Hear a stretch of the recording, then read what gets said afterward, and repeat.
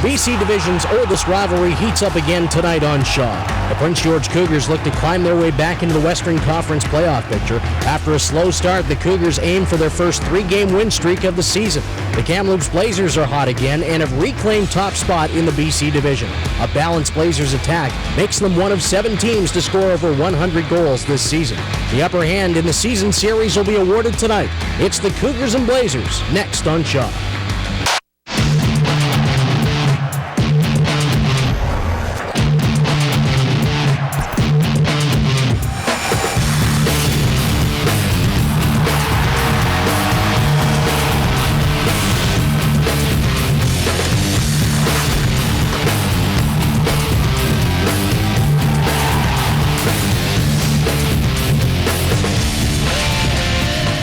First game of December on the WHL on Shaw comes your way from Kamloops. The Blazers entertaining the Prince George Cougars.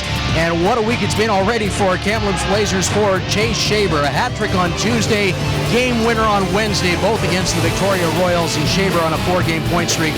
Blazers will win all of those. And there's Alex Forsberg, first look at the 2010 WHL Bantam Draft, first overall pick.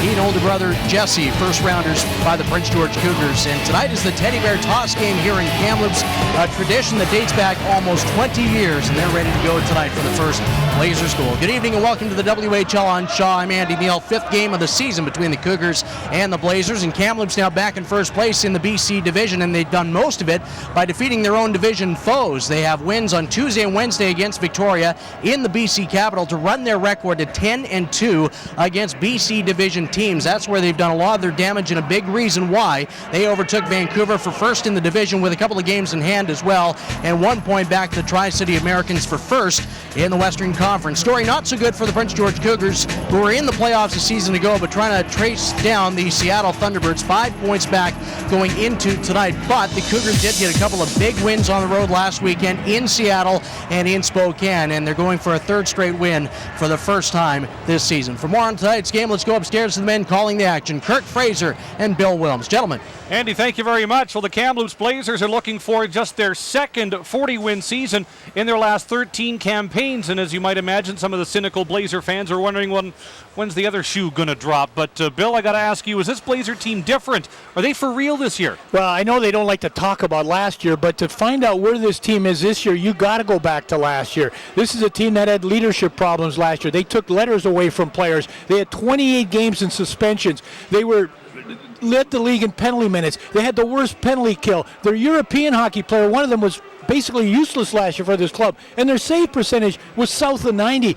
And Kirk, all of that has changed this year. They're different in every category. Blazers on a bit of a run. They've won 4 straight games, and doing so twice in Victoria on Tuesday and Wednesday, and they've been keyed by a couple of veterans on offense in Brendan Ranford and Chase Shaber. Yeah, they say there's an adage in coaching that you need 2 players to make up a line. The third guy's often kind of a safety valve. Well, these 2 guys are a big part of this line. They come up at you with speed. They come at you with power. It's one thing to come with speed, but it's another thing to come with power. And this is the power Chase Shaber shows. He'll test your battle level in the offensive zone amazingly. And you know what Brendan Ranford does, Kirk? He's got the speed like this to drive defensemen back. And when he can drive a defenseman back like that, he gets that shot on the net. He's got good enough shot, he can score. Well, the Blazers raised some eyebrows earlier this week when they traded 20-year-old defenseman Josh Caron to the Everett Silvertips and getting draft picks back. Interesting in that the Blazers have been playing really well defensively, on pace to cut their goals against down by 25% compared to a year ago, but they've been able to make some moves because of the development of some of their younger defensemen. One 18-year-old having a really good year is Tyler Hansen. Yeah, when Dave Hunchak, the assistant coach, defined his role for him, said, don't worry about points, you are a defensive defenseman. That's all this kid had to hear, because when you're a defensive defenseman, you make easy outlet passes like that. You are a guy that in his own zone gets there quick. You win that race for the battle, and you nail guys. You defensive defenseman, you block shots like that. And the other thing you do, you stand up for your team all over the ice. He is a plus 20, Kirk. He was a minus 9 last year. He's done a terrific job in that Kamloops Blazer team this year. Well, as far as the Cougars are concerned, they were poised to have a really good year, but Brett Connolly didn't come back from Tampa Bay, so they've had to go with a youth movement again this year. 6 16-year-olds on their roster. Who are some of the young guys we're going to be watching tonight? Yeah, well, first of all, with Dean Clark, he's in the 3rd year of a 5-year contract. I can't believe he's back to 16-year-old. notes. You knew that Brett Connolly was not going to come back, so you got to prepare for that. But I like this Alex Forsberg kid. This is the first overall Bantam pick, as Neil told you, Andy told you on our opening. But you know, as a 15-year-old last year, he showed he was ready for big time. He had 7 points in 12 games. This year, this kid has really arrived.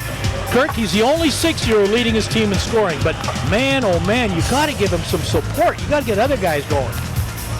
And Troy Bork is another young fellow who's having a really good year. A tremendous transition from midget AAA last year to the Western Hockey League. He literally made it seamless. He had 19 goals.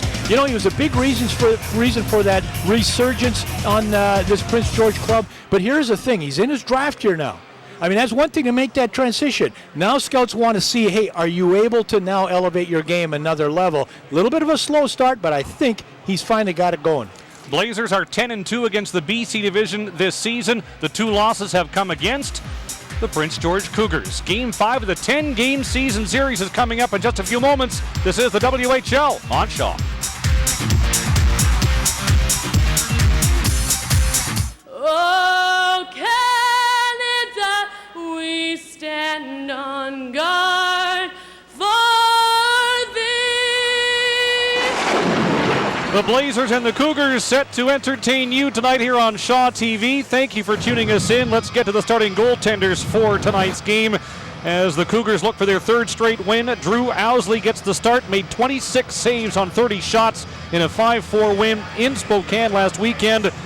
20-year-old from Lethbridge looking for the 3rd straight victory himself. And there is Cam Lanigan, the 19-year-old from Calgary, has a 1.52 goals against average and a .947 save percentage in 2 starts against the Cougars this season, but is 0-2.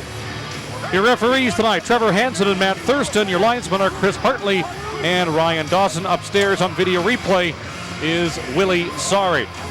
Blazers with a record of 18-7-1.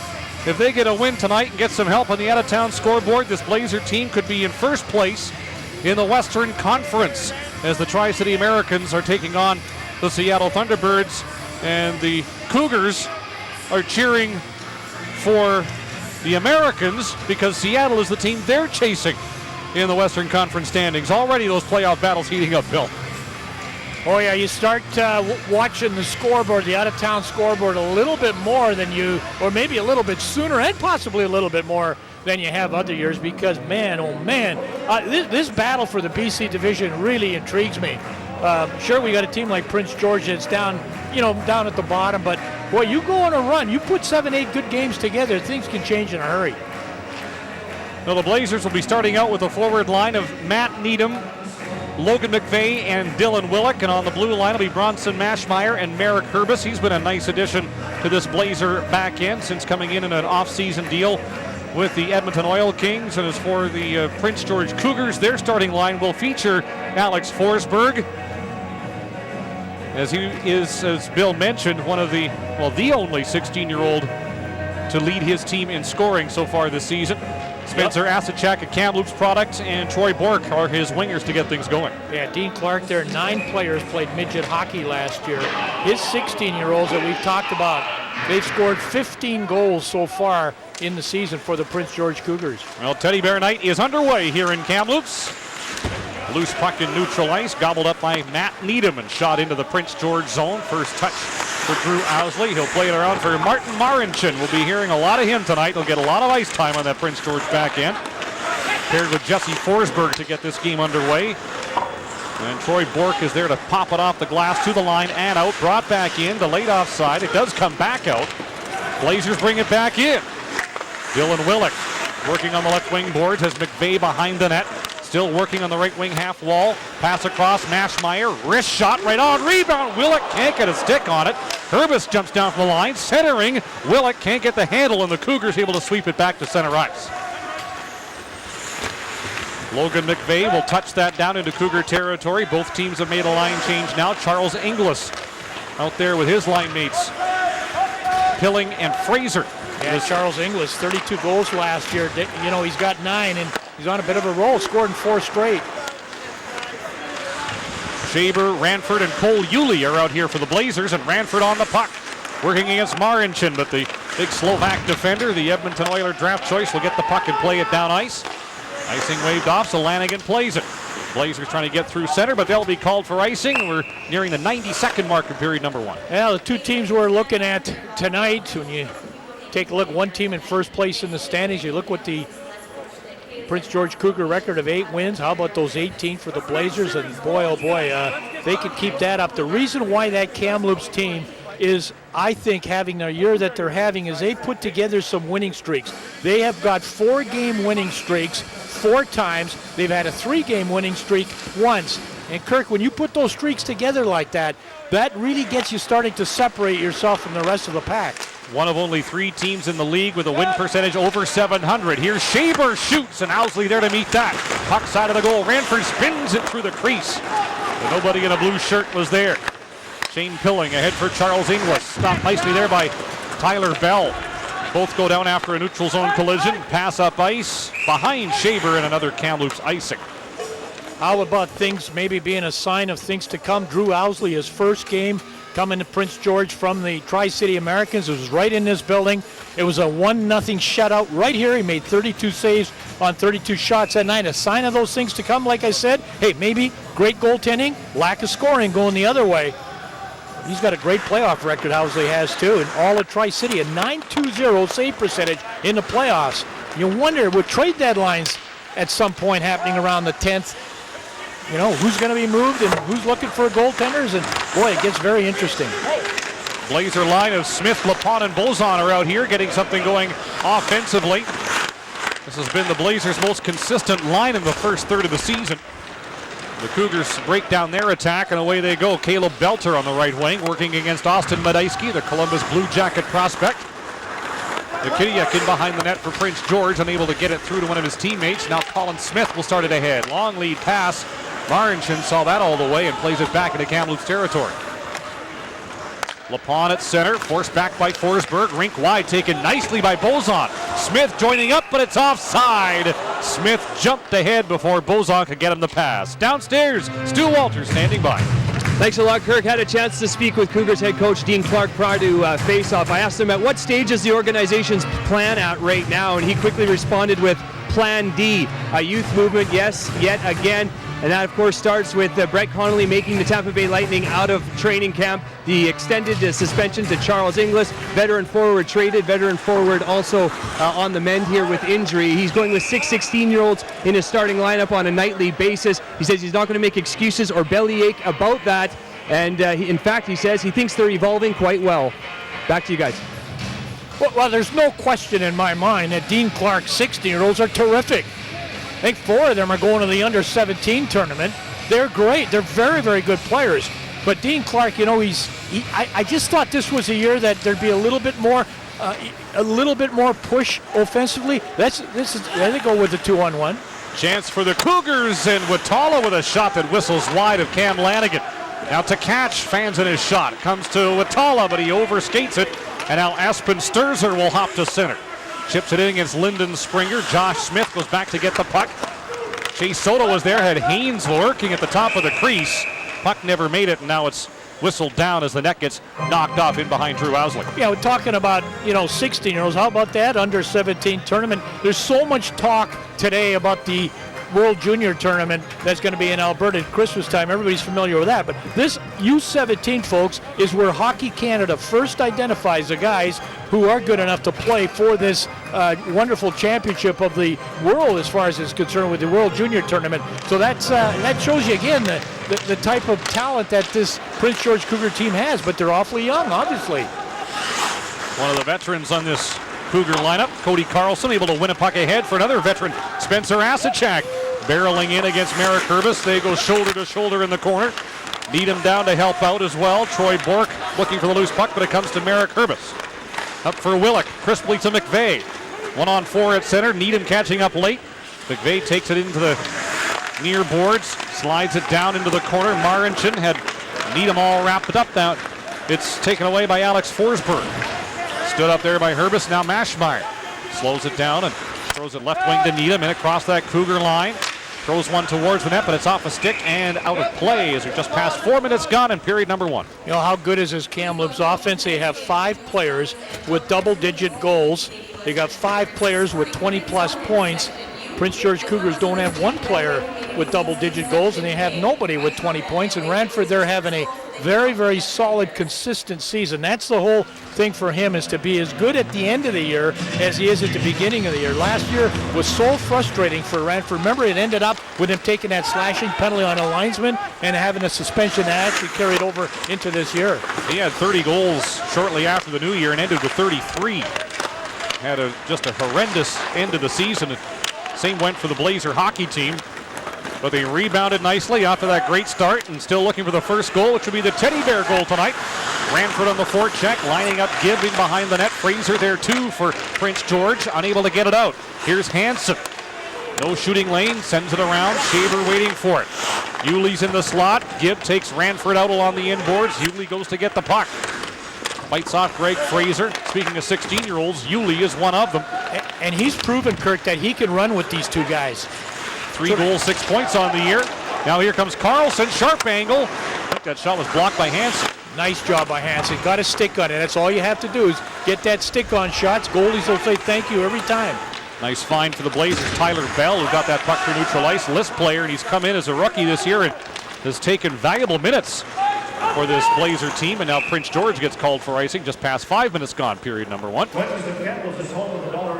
Take a look at the scoring. Spread out. Colin Smith, the only thing Colin Smith has to worry about. Only thing, folks, he's got all the talent in the world, and he's smart as can be, winning the WHL Scholastic Player of the Year ago. He's got to get bigger. He's only 5'10" at 172 pounds, and it really, really manifests itself on the defensive side of the puck. Chance in front for the Blazers. J.C. Lapon, who's having a career year, looking for his 10th goal. Now back in, the Blazers come. Smith, shot on, stop, rebound. Lapon took a whack at it, but couldn't get a handle. Blazers again. Tim Bozon can't hook up with Lapon. Smith goes to get it. Backdoor feed, and it blocked as he had both Lapon and Bozon at the side of the net. Caleb Belter can't get control of the puck. Comes to Smith. He took his eye off the puck just at the wrong moment. Rolled off his stick as he tried to hit Bozon in front. Blazers will get a line change going as Chase Soto will come out with Sturzer and eventually Ryan Haynes. And Chase Watala will dump that in, a Prince George product. Jordan Tkach also in on the forecheck. Swept around by Lanigan, but it gets past Merrick Herbst all the way out to center ice. Puck chipped into the Kamloops zone. Austin Doe is after it in the corner. Throws it in deep to catch, rubbed out there along the inboards by Sturzer. Now the Blazers break ahead 2-on-2. Haynes and Soto. Soto to the net. Haynes a shot off the outside of the net.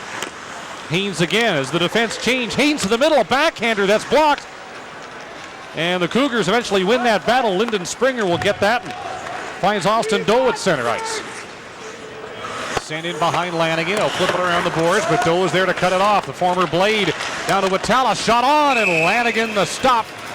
With 13-14 to go here in the opening period. Shots 4-1 in favor of the Blazers. These are the two areas the Cougars are going to have to be very, very careful about. The first one is they give up the blue line. We'll show you Colin Smith on the rush. And if you don't hold the blue line, if you give up this kind of time on the blue line, they're going to beat you. You got to challenge that. That's going way too far back. And then you let a man come out of the corner of the rink into the slot area like this. Watch this. Here's the lane. Get it to that spot. That's Haynes going to the front of the net. Those are two areas you can't let Kamloops capitalize on. Cougars unable to set up the line off the faceoff in the Kamloops zone. Dylan Willick going to get in past Marincin. In behind the net it goes. Big pile up. Puck in skates. Marincin taken down by Willick. Play continues. Asachak there. Moves it around for Jesse Forsberg. And then Bork just about got drilled by Medeski. Puck to center and back into the Blazers zone. It comes to Dylan Willick. Playing against his hometown team tonight. Gets it into the zone. Cougars play it out, but there's Matt Needham. Another 16-year-old. There's a bunch of them in the lineup tonight for both teams. The dump in taken away by Marincin. Left wing dish a little too far for Fraser. Hansen stride for stride with him. Then Fraser stumbles a bit. Puck taken away by Inglis. And he'll flip it back down to Fraser. Hansen again winning that puck free. But Fraser sticks with it to Inglis on his backhand, and he put it wide. Pilling can't get a centering pass through, and it's taken by Needham. And ahead for Logan McVeigh. He'll play it off the glass to Brendan Ranford. Stood up by Carlson. Puck in skates. Bell is there. He'll shoot that in for Kamloops as we passed 8 minutes gone here in the opening period. No score on Teddy Bear Night at Interior Savings Center. Cole Yulee trying to win a puck along the far side. Cougars chip it out, and Bell has that. Across for Madejski. Hard shoot in. Shaber waiting for it on the far side. Yulee and Ranford in front. Puck centered. Carlson in good position to block that. Comes around near side, and here comes Caleb Belter. 17-year-old from Edmonton, left wing for Campbell Ellenuk. Played out, and now they're back in. Ellenuk, sharp angle shot off a stick over the goal. Puck to center, too far for Yulee. And now it finds its way to Campbell Ellenuk, former Everett Silvertip. Now taken away by Madejski. Yeah, they kind of thought he's got a lot of untapped offense left in him, Ellenuk, and certainly a big guy. I think he leads his team in fighting majors as well. He's a guy that can score and throw them as well. 6'4", 190 pounds. Had a goal against Spokane last weekend. Puck to the crease, knocked away by Madejski. Jordan Tkach with that chance, but now it's Cole Yulee. Off the boards and out for Ranford. Jesse Forsberg gets in his face. Joshua Smith will bounce one into Lanigan. Pokes it to the corner. Bell and Watala tie up in the corner. Now it's Landon Cross. Brandon Manitoba product. To Ranford, to Bell, to Yulee. Smith steps up on him and knocks him to the ice. Well, if I wouldn't see the number, I thought that might have been Jesse Forsberg. It was Smith. Forsberg's a big open ice hitter for this Prince George team. That's a good stand-up check. You know what? Can you see, Kirk, what kind of happened? You see the Cougars kind of, settle that first 4 or 5 minutes down, and now they're starting to push back. A little bit more play going into the Kamloops zone. There you go, forcing the Blazers to dump it in and take the icing call. Well, the Blazers had big-time problems with the Cougars a year ago, and last year was last year. 1-7 against Prince George this year, 2-2. Cole Cheveldave started 7 in a row. What a find he's been. Get this, 14 times he was Player of the Game award in the Alberta Junior Hockey League, and he has been terrific for this team. He's 11-3, 1-0, a .907 save percentage. Played a drumheller, as I said. He's a battle. I like what Craig Bonner said. Look at that. Craig Bonner, as a general manager, says, Kirk, that he feels that when a goaltender battles like Cheveldave did right there, it inspires the entire team to battle the same way. If you see a passive goaltender, it kind of filters through this hockey club, and I think he's a great prospect, which brings me to the point, you got Cam Lanigan, a 19-year-old starting in goal. He's bigger, he's 6'3", 205. Last action was against Kootenay in relief. That Kootenay team beat this Kamloops team 7-3, but who didn't they beat? Kootenay. They just came through this division and killed everybody. But Lanigan just, 31 games last year. He's played 38 games 2 years ago. He's only playing 10 tonight. This kid, I don't know if he's all that happy with not getting as much ice time as he'd like to get. Well, the Kootenay Ice did have that very good BC trip. They, like you say, Bill, went through this division like the old hot knife through butter, but they've run into a little speed bump in Prince Albert. The PA Raiders have a 7-5 third period lead on the Kootenay Ice. Yes, Dave Roberts just passed that note upstairs to us. Wow. How about goals against in the Western Hockey League? Kootenay with 55. Spokane was 71. Edmonton 72. Well, only Kootenay Kamloops was 73. Only Kootenay has a better goal against differential than the Blazers so far this season. Kootenay's at plus 37. Kamloops, and there's head coach Guy Charron, at plus 32. Yeah, it's clearly a matter. If you all you pool players out there listening will know exactly what I'm talking about. It's not what you make with the Kootenay Ice, it's what you leave. They do not leave many points on the board. Long bomb pass for J.C. Lapon, just about clicked. Icing, though, is waved off, and the Cougars will start ahead. Marincin up the middle looking for Troy Bork, but the pass was blocked by Lapon. Now loose puck to the Kamloops line, and there's Bronson Maschmeyer, 20-year-old from Bruderheim, Alberta. 72 games played last year. The only defenseman to play all 72. Playing in his 170th consecutive game tonight. Alex Forsberg driving it towards the Kamloops goal, and Cam Lanigan chooses to jump on that and stop play, and we'll take our first period break midway through the first. No score here at Interior Savings Center.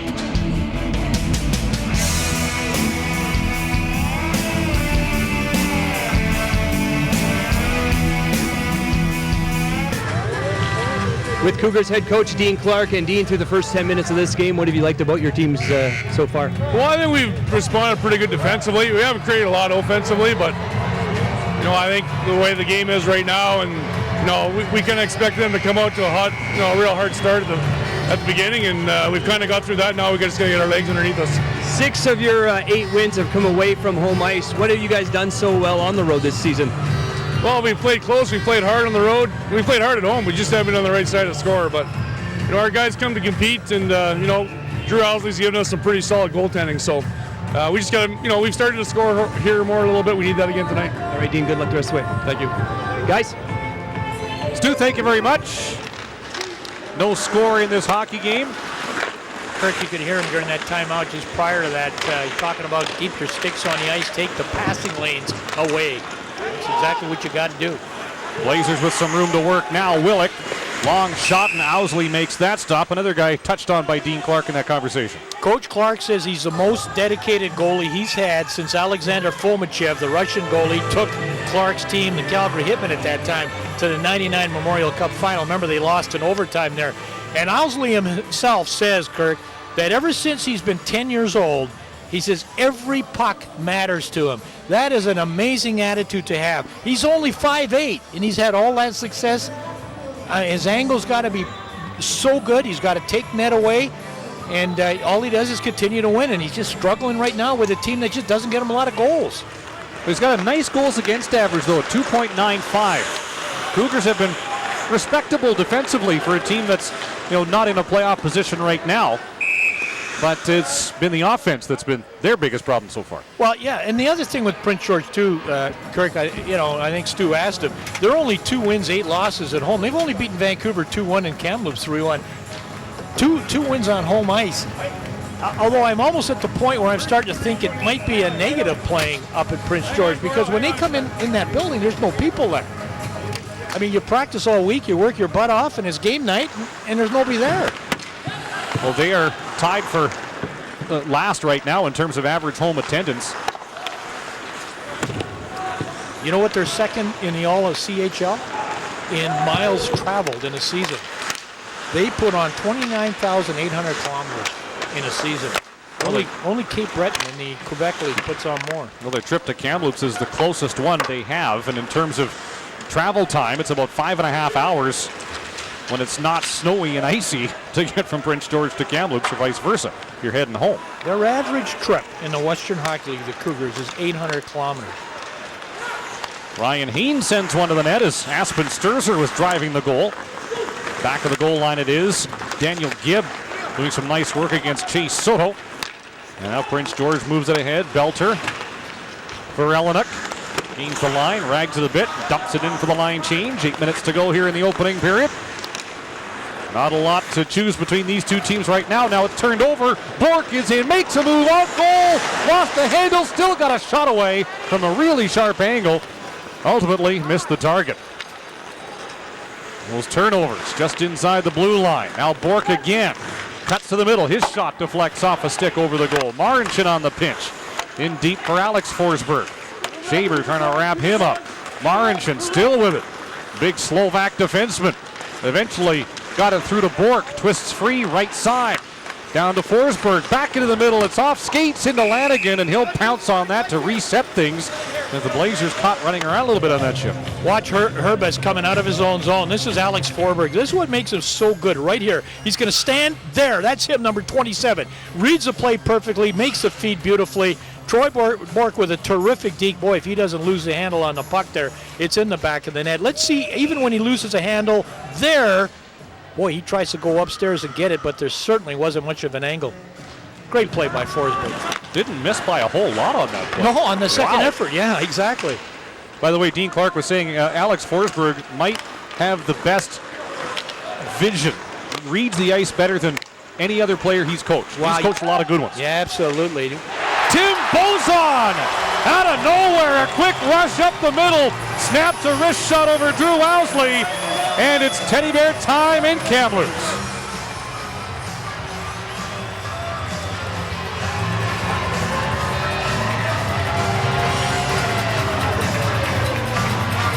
Swiss import Tim Bozon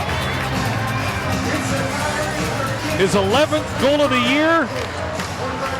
Watch this, giving up the blue line. I showed it to you earlier. It'll kill you. I mean,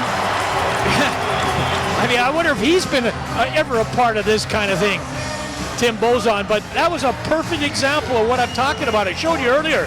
You have to challenge the play at the blue line. Tim Bozon goes unchallenged and gets about 20 feet over the blue line, makes that terrific snapshot, and that's the result of the Tim Bozon 1-0 goal. Had 7 goals in November. 3 of his 10 goals coming into tonight were against the Cougars, so make that 4 in 5 games for the 17-year-old Swiss import. Kirk, you were calling games for the last really impact European player in this Kamloops Blazer team. I think you got to go back to Juuso Puustinen, if I'm not mistaken. This is what I'm talking about. Watch this, guys.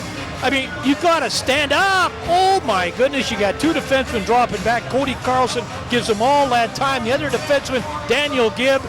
And even with the goaltender out that far, Drew Owsley at the top of the crease, he just can't get a piece of that shot. But was it not Puustinen that was the last Euro that averaged a point a game at least? Yeah, he had a really good year. He and Brock Nixon had some really good chemistry going. And Nixon a year older than Puustinen, but yeah, Juice, as they called him here in Kamloops, was a very popular player and certainly had impact. You're absolutely Finland? right. Yep, from Kuopio, Finland. And I know he's played some in the National Hockey League. I don't know exactly where he's at or whether he's gone back to Europe to play there or not. But, you know, this Tim Bozon, what a pleasant surprise he's been. And to number 23, Austin Medeski.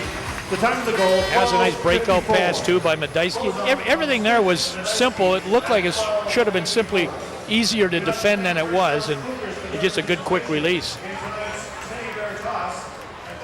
And Kirk, the Kamloops Blazers, when they score first, they've done it 16 times. They're 13-3. Very successful. All right, Stu Walters on the ice with the Teddy Bear goal scorer, Tim Bozon.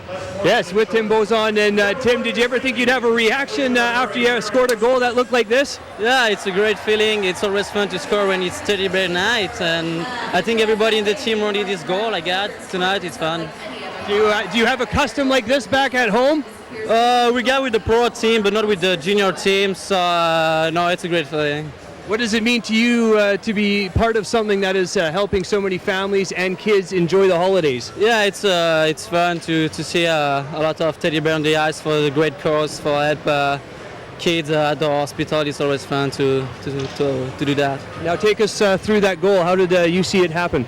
Well, I get my chance on the ice. I cut in the middle, I just shoot. My coach told me to shoot more because I don't shoot enough. So today I shot, it's goal. I want to know how you're enjoying your first year in the WHL and how you're acclimatizing to Kamloops. Well, it's been great since now. I got a good season so far with the team. The team's doing good. Just pick it up a little bit and keep going like this. All right, well done tonight, and why don't you help with some cleanup here? Yeah, thank you. Okay. Put him to work, Stu. Put him to work. Thanks. Bozon, his dad Philippe was the first French national to ever play in the National Hockey League. 144 games at St. Louis. So he's not completely unaccustomed to what happens over on this side of the pond, but 17 years old. He's the only Blazer to get on the Central Scouting Bureau's preliminary rankings for the Western Hockey League in terms of the upcoming draft in 2012. And one of only 3 Europeans to be on that list as well in terms of the WHL. So a very good year so far for Tim Bozon, playing with Colin Smith and J.C. Lapon for the majority of this season. And now with 11 goals and 22 points on the year. And it's always nice to be the teddy bear guy. Remember the game last year that we did on Shaw TV in Prince Albert? It was the teddy bear night, and Brandon Herod scored that goal, and he was very proud to be involved in that. And I would imagine the same goes for Tim Bozon. You see all the youngsters out here on the ice picking up the teddy bears and making Christmas a little bit brighter for those in the community. All right, Andy Neal is standing by.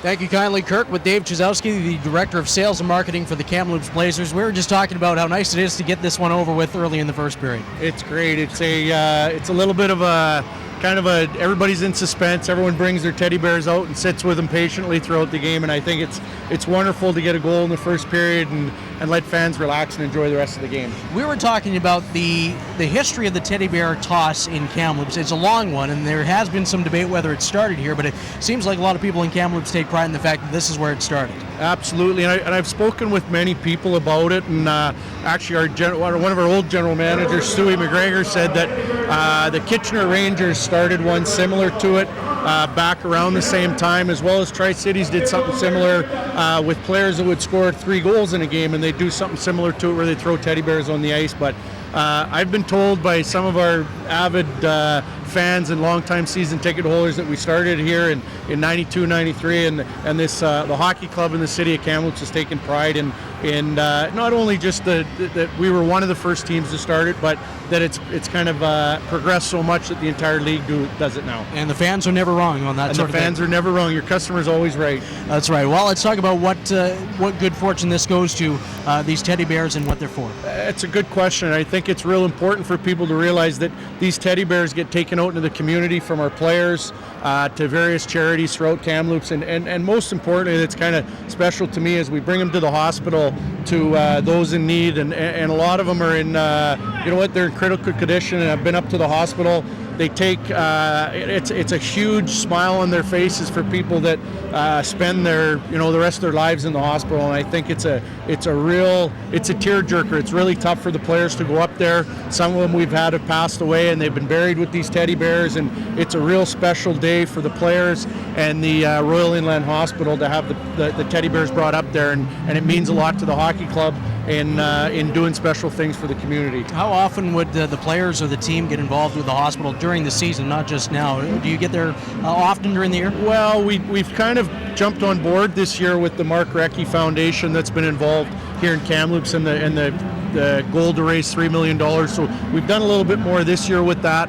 But for the most part, the teddy bear toss is one of the main things that we've done to try and raise some money for the hospital and the different wards, the pediatric wards, and different wards that are in need. So it's not as often as we'd like to, but we try and get there when we can.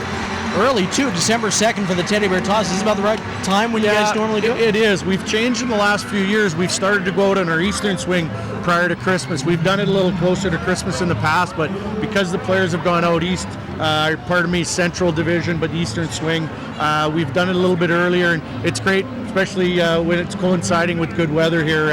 Nobody's complaining when these doors get opened up there. The arena normally gets quite chilly in here while everybody's patiently waiting. Some teams have Christmas campaign sort of events that go on leading up to the end of the season to Christmas. Is there anything else after tonight that the Blazers are doing? We've got a big night coming up next week again, and it's perfect timing. Is food bank game that's sponsored by Canadian Direct Insurance. We've got a lot of people in need here at Christmas time who aren't as lucky as some people to have food and clothing and what have you. So non-perishable foods are able to be brought to the game next Wednesday night, the 7th, against Everett, and we really look forward to that game because we're really able to help out the food bank at this time of the year that does various campaigns at kind of times of the year when they need it. It always amazes me. I was up in Prince George for a couple of years. How quick fans are to donate. Every one of them brings something. I mean, how big is the response from the fans here? Absolutely. Our fans are outstanding, and not only the fans, but the city of Kamloops and any type of charitable kind of venture through various organizations, not even necessarily the hockey club. We've had golf tournaments throughout the year that we've raised, hundreds of thousands of dollars, and people at Kamloops, I always say, they're so generous when it comes to charity. It's such a special city to live in that we're very proud of where we live here and the generosity that our people have here in Kamloops. Your Blazers are playing really hot right now with it's a great road record and home ice too with 9 wins. How big has it been this season for the team to be right now first in the BC division overall from your perspective? You know what? It's a big confidence booster. This hockey club has had some players here that have gone through some difficult times over the past few years, and I think that just like anything, it gets addictive, and losing became it was the norm, and now we're getting to the point where the players are seeing what it's like to win, and it's becoming addictive. The character, the culture in the dressing room's changing. Players are wanting to win because they see the success that the hockey club has and the respect that we're getting again in the community. It's nice to go out and chat about it instead of defending ourselves all the time. We've got sponsors that pay huge money. Robbie Zimmer, who's a big sponsor of the Teddy Bear Toss tonight. It's great. It's a great reward for everybody that supports this hockey club, from sponsors to season ticket holders. Good stuff. Appreciate you joining us, Dave. Thanks very much. There's Dave Chizowski, the Director of Sales and Marketing for the Kamloops Blazers. Back up to Kirk and Bill.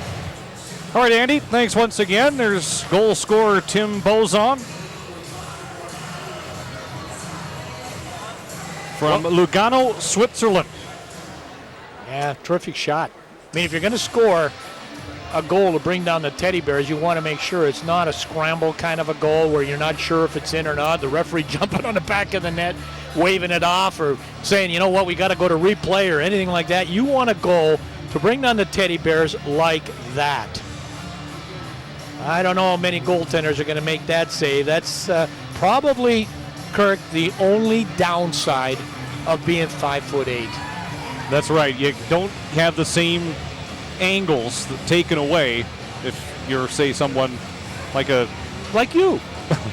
I mean, you don't want to see me play goal. Devin Dubnik's a great example because he's taller than I am, and he fills that net really well. Former Blazer goaltender, of course. Yeah, you drop to your knees if you're a big goaltender. You're down low in the butterfly a little bit. You want to keep your glove up, your shoulders sometimes cover that top corner.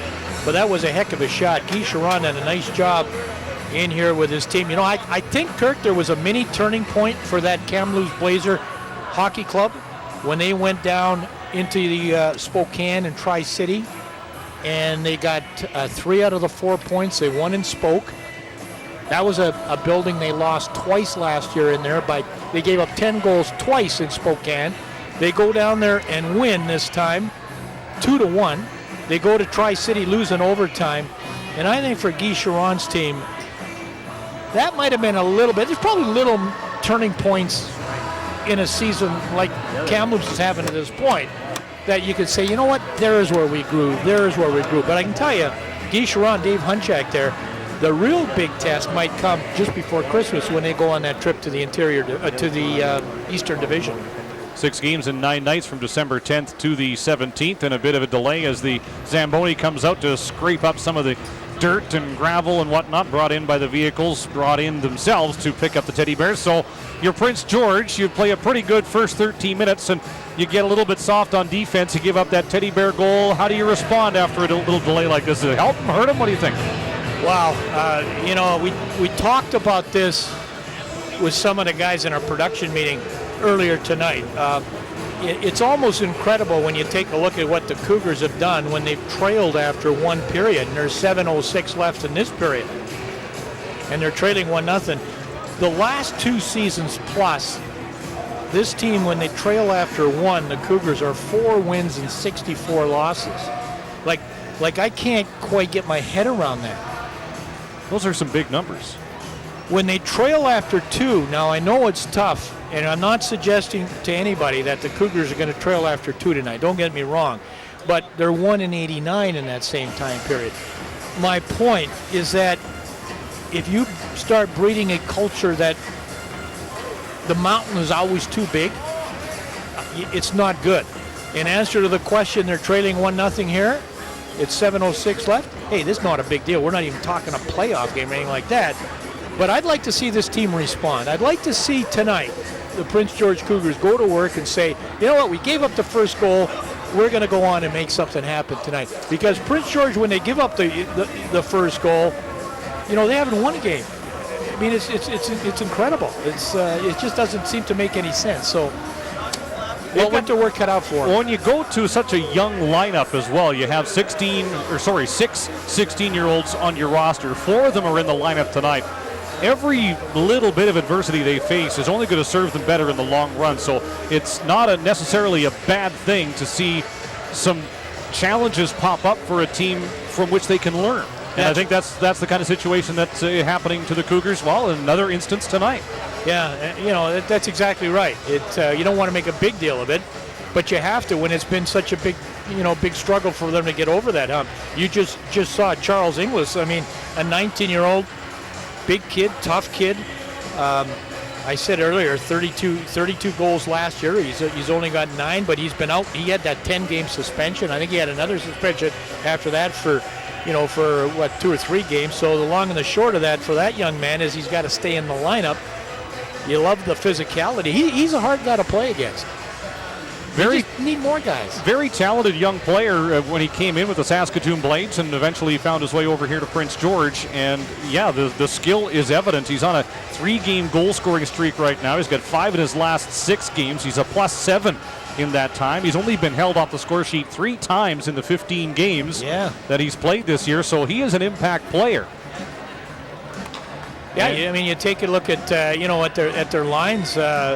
They've got tonight. They've got 3 16-year-olds playing. They got a couple guys that are out, not feeling well with the flu. I mean, fans get a good look at Jarrett Fontaine. He's a 16-year-old that normally plays for this hockey club. He's not feeling well. Michael Milcree, same kind of a thing. So they're young. They're rebuilding. It's just that it's a bit of a surprise to me that it's happening, in this 3rd year. I'm not so sure that they would have made the biggest push for Drew Owsley if they had thought this was kind of the year that it was going to be. All right, Stu's been doing some work at ice level, has an update on the ice condition after the Teddy Bear toss. Stu? Yeah, well, the Zambonis, just as you guys can see, done 2 quick laps here, just like you'd see in a shootout scenario. But just talking to some of the Blazers staff here, and they said they were very, very impressed with how quickly they were able to get all the Teddy Bears off the ice. They say in years past, this has been, sometimes a 20 or 25-minute operation. They brought out the 4 big cube vans, and you guys saw how quickly it was done. So they say kudos to everyone involved, and we're ready to go again. Did you throw one, Stu? I got hit in the head with a couple. We got to check me for concussion-like symptoms. Upper body injury. That's right. Well, the Cougars in first after that Teddy Bear goal by Tim Bozon. Unable to establish any pressure in the Kamloops zone. Blazers fired out. Marincin under some decent pressure. Slid a pass ahead for Fraser. Now to Inglis. Pulls up, shoots, and he got a good one away but missed the target. Marincin down the left wing in behind the net. Lost it in traffic, and now Dylan Willick will speed ahead to center. He's got good wheels, lead him to the goal. Willick trying to get it to him, but it's blocked by Smith. At the goal line, bounces to the right wing boards. There's Logan McVeigh. Spins away from Greg Fraser. McVeigh, 2nd-round Bantam pick a couple of years back for the Blazers. Still working it there against Marincin. Fraser and Willick. Smith there too. Cougars eventually come up with it, but then turn it over. Needham trying to get it back to the line. Pass is deflected. Medeski has to retreat to center.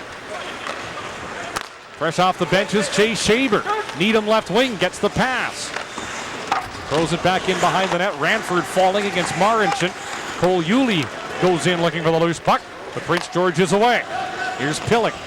Right wing to Asachak. Pulls up, shoots, and Lanigan makes the save, and referees give him enough time to play it. Troy Bork in there with Asachak digging down on the right wing side, and the Blazers out with it. 3-on-3 as Shaber dishes to Yulee. Rink wide, trying to hook up with Ranford, but Gibb is on it first.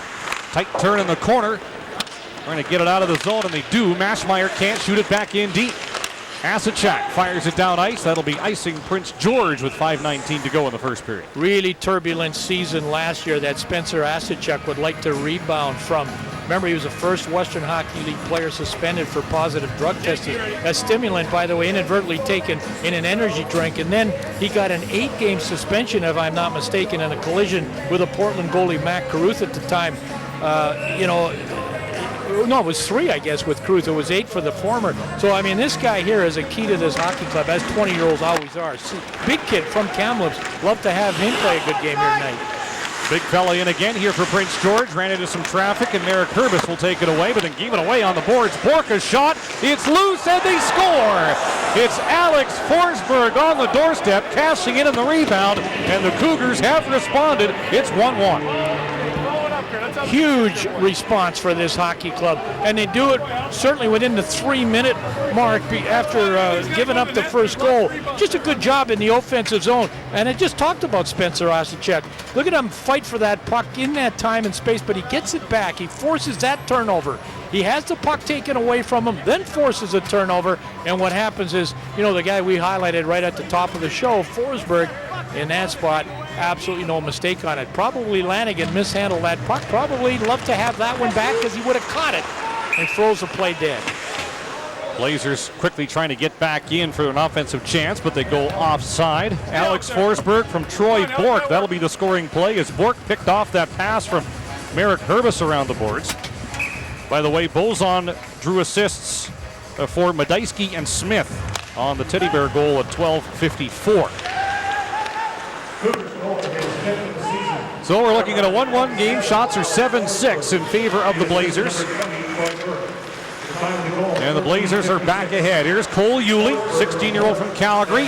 His shot blocked, bounces to the corner. Shaber's there, takes a peek. Gets to Yulee back behind the net, but centering pass taken away by Campbell Elenick. Now for Caleb Belter. Moving it against Bell, trying to drive the net. Puck bounced away on him. He'll reset in the corner.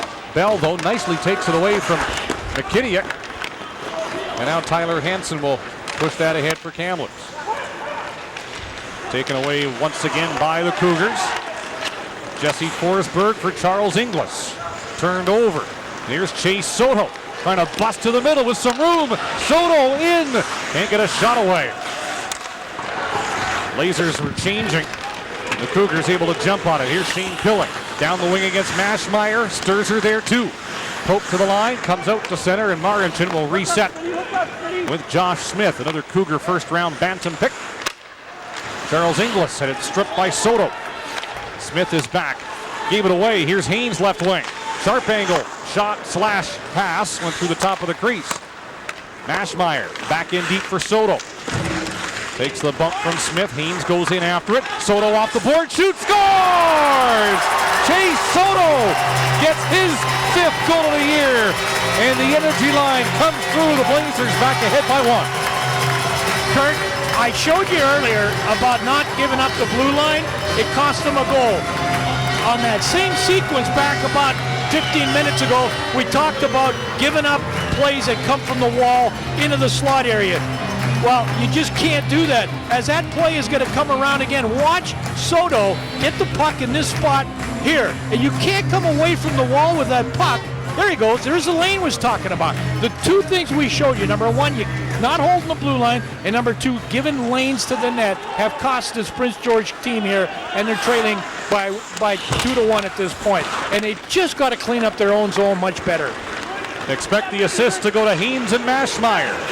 Cougars, though, back in. Stopped up by Austin Medeski, and Tyler Bell, the Regina product, will lift that to center. Off the glove of Lyndon Springer. And the Cougars back ahead. Asicek can't hook up with Bork. Bell trying to move it out of the zone. Stripped there by Forsberg. Medeski goes in after him. Now Bork is on it first. Back behind the net. Medeski has his hands full with Forsberg, but wins it to J.C. Lapon. And the Blazers have a chance to bring it out. Blazers change as Lapon gains the line. Bozon follows up, looking for a lane. Lapon there to help out. He'll throw it along the boards, but doesn't get deep. Alex Forsberg will fire it across for Tkach. Now to Asicek. Trying to muscle past Mashmeyer, but the two 20-year-olds battle won by Mashmeyer. A lot of size difference in that battle, the one that Mashmeyer just won. That's impressive. You know, when you're the size of Mashmeyer, Kirk, you got to play your angles very, very well as a defenseman. He did a beautiful job. All about position. Yeah, exactly. Now Matt Needham out of Penticton. Fires a shot, and Owsley able to cradle that in the crook of his glove arm. 2 minutes to go here in the opening period. Let's take a look at what we have coming up in our first intermission here at Interior Savings Center. We're going to go rinkside with Chase Shaver, get an Inside the WHL update with the radio voice of the Kamloops Blazers, John Keane. A feature on the Giants, Brendan Gallagher, plus second period highlights and analysis with my esteemed cohort, Bill Wills. Cool. Nicely done. You like that? I'll buy you a beer after. Blazers sending out the Willick, McVeigh, and Yulee line. Little different look here. Jake McKittiak is on the faceoff for Prince George. Blazers win it. Bell, a shot ricocheting to the top of the crease. Logan McVeigh right there. Looking for his 5th goal. Now turned over. Yulee, wrist shot, high, and Owsley gloves that. Another faceoff coming in the Cougar zone after a good chance for the 16-year-old Cole Hewlett. Well, you know, we talk about time and space and lanes to the net and not holding the blue line, but the other thing is a no-no is you just can't turn the puck over. This is an unforced turnover. You've got it, and all of a sudden you say, you know, I'm just going to give it away. And good for Hewlett to take that puck hard to the net, but those are the mistakes that almost always end up with that. Your goaltender forced to make a save. Well, face off to the right of Drew Owsley, Shaver, Ranford, and Yulee remaining out. Cougars able to get possession, and there's Pilling. Forced back into his own zone. Forsberg able to move it ahead. Now a break here for the Cougars. Pilling backhands it in front. Knocked away. Fraser backhander doesn't get it on target. Fraser centering, and Bell just whacks that back behind the goal line. Good battle there between Bell and Inglis, and Bell able to win that. Left wing for Ranford. Couldn't corral that pass. And Jesse Forsberg will reset for Prince George. Up ahead for Inglis, but that will be icing Cougars with 1:20 to go in this opening period. I just want to pass along an out-of-town score. Dave Roberts whispering in my ear, letting me know that the Prince Albert Raiders have beaten the Kootenay Ice 7-5. 4 goals in the third period. Mark McNeil, a 5.9. How about this guy here? This is why Caron got traded, to make room for Bell, number 6. Boy, he makes those soft plays really, really nice. Look at that stick work. Just great battle level in the corner. Made the right play, makes the right reads. The 3 17-year-olds on this Kamloops team that are getting ice time now. Kirk Cross, Bell, and Brady Godet. And Godet scratched for this game, but those are the young 17-year-olds, as we just showed you, guys like Bell, that gotta get ice time. Yeah, Godet, the odd man out tonight. And he's had a real good run as of late, too. It's just one of those things. He has 5 assists in his last 4 games and is +5, but odd man out against the Cougars tonight. Yeah, their Bantam first rounder, 10th overall, was Godet. You know, he had a hat trick last year in Spoke as a defenseman. Yeah. In one of those, one of those 10-5 games, yeah. That's lost, we're talking about, folks. That's right. 3 of the 5 came from Brady Godet, 16-year-old last year. Cougars looking for the tying goal here late in the first period. Greg Fraser throws one in front, goes off the stick of Gibb to the corner, race for it. Pilling able to hold it in against Sturzer. Back down low it goes to Fraser. Herbis trying to wrap him up. Soto there too. Can't get the handle. Here's a centering pass. Inglis couldn't get the handle. He was in a great place, but just couldn't negotiate that pass. Time for one more Cougar chance. Maybe not. Pass goes astray off the stick of Shane Pilling, and the buzzer sounds to end period number 1 here in Kamloops. And the Blazers in a familiar spot in the lead after 20 minutes on home ice. So the Blazers get the Teddy Bear goal out of the way, courtesy Tim Bozon. The Cougars tie it shortly thereafter on a goal on a rebound from Alex Forsberg, and then Chase Soto late in the period, giving the Cougars a 1-goal lead. Welcome back to Kamloops, where the Blazers lead the Cougars 2-1 after 20 minutes of play. I'm here with Cougars forward Charles Inglis. And Charles, just talk about your team's first period on the road here. How did you had a response there, but gave another one up late? Yeah, you know, they got lucky and got the first goal there, went off Dan Gibbs' stick. We came out, competed hard. We knew that they were going to come out hard in the first 10 minutes of the game, like any team does in the Teddy Bear Toss night. We weathered that storm. They got one, we got one back, and then they managed to get one from a good low play. So we just got to come out in the second period, come out with the same intensity. I like our chances. You talk about the Teddy Bear Toss night, what a great cause it is, but at the 13-minute mark, they score. The 10-minute break, how tough is that to come back and get back into a rhythm? You know, just making sure that our guys are keeping their legs and keeping their mind and keeping composed on the bench, because it was a long way. They had to come out and do an extra scrape, but we responded real well and got a goal right away. I want to ask you about your game right now. 4 goals in 4 straight games. What's going right for you right now? I know, I'm just finding the back of the net right now. I seem to have my touch again from the first couple games of the season. Just trying to throw everything on net, and anything could happen. All right, thanks for this. Good luck the rest of the way. Thank you very much. All right, let's head upstairs to Andy Neal. Good stuff, Stu.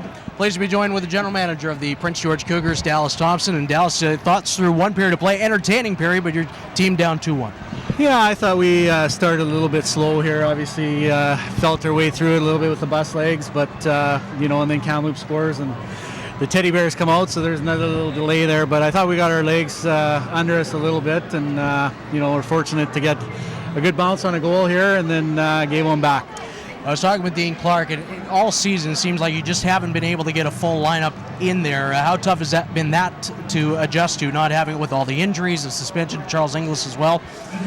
Yeah, it's been very tough. We started with one here in Kamloops, went home for two, and then we were directly out for our Eastern swing where we played all 6 teams in the Eastern Division, which is a tough trip as it is. And then along the way there, we found out Brett Conley was staying in Tampa Bay. We lost Charles for a 10-game suspension and lost Brock Hershey for 6 weeks. So in one day, we lost 3 pretty important guys to our team, but we've played okay on the road. We've given our guys a lot of ice time, especially the younger ones on the road here, and they're improving. We're starting to score a few more goals, which has been our Achilles heel a little bit. And for the most part, we're doing it on the road here. And I think tonight's our 17th. Tomorrow we'll be half done our road games, and then get to play some at home here. Good. Brett Connolly, were you surprised by that, or at what point did you think he's not coming back? Well, I saw Brett at the end of August, just before our training camp, and you wouldn't have recognized him. He was a man. Last year he was a boy. He put in a big time summer, fully committed to going down to Tampa Bay and making that team, and that's what he did. So, disappointing for us, but we're sure happy to put another guy in there. He's a great kid that worked very hard to get to where he is. You talked about those young guys. 4 guys to the World Under-17 Challenge, and all of them were drafted as well by the team. So how important is that for that young group to have that much success? Well, it's very important. Obviously, we went through and made some changes with our scouting staff and some of those people along the way. This group, that 16, the 96s, are that crew's first class. We've been very happy with it. We've got a lot of guys signed from that class. Obviously, 4 going to the under 17s is huge for our program and bodes well for us in the future. And we have some more guys the same age coming from that same age group. So we're excited about that age group. We wanted to commit to that age group this year and give those guys a lot of ice, and they're starting to improve and playing well here for us. Has Alex Forsberg, was this the expectation you had for him to be the team leader or among the team leader in points? He's got a goal again tonight. Well, yeah, you look at Troy Burke last year and what he did. We certainly thought that Alex was in that same mold and could do some of that. Keeping in mind that Alex didn't play a whole lot of hockey last year. He had a couple injuries and was banged up along the way. So we knew there'd be a little bit of an adjustment period here. But he's played very well with Troy and Spencer, and he's come along real well. He's going to be a very fun player to watch here for us in the future. Chase Watella, I was noticing he's got a beautiful first couple of steps to get him going, a 5th-round pick, so he's looked awfully good. Yeah, absolutely. He's a hometown boy, another one from Prince George, so we like that about Chase. He's a guy that had a very strong training camp for us, got set back with an injury early, but he's starting to get his stride here now. He's certainly a great skater. He's filled out a little bit and gotten a little taller, and he's going to be a guy that's going to be very exciting to watch from that group as well. A couple of trades also with Regina and Lethbridge, Campbell Oleniak and Austin Day. What have they brought to the lineup? Well, Campbell, first off, he's a bigger guy that certainly likes to get involved, physically whenever there's a chance. He's done very well at that. You look at our team, we're young. We needed a little bit of protection in our lineup, and he's certainly provided that for us here and chipped in offensively as well. Austin is a guy that we were kind of running out of bodies in Saskatchewan on our trip and caught wind of him. He's a guy that went back from the Blades last year, went back to Moose Jaw and played a lot, scored a lot in the second half. So we're expecting him to kind of feel his way through it here, but eventually start putting up some numbers here for us. Good stuff. Thanks for doing this, Dallas. Good seeing you. All right, good seeing you again, Eddie. All right, there's Dallas Thompson, general manager of the Prince George Cougars. Team's down 2-1 here at the Interior Savings Center in Kamloops. Back with more on the WHL on Shaw. Tim Bozon with the Teddy Bear toss goal in Kamloops. Chase Sudo the go-ahead goal after Alex Forsberg had tied it. It's 2-1 Kamloops over Prince George. And it's that time of the week again, time for the WHL's Plays of the Week.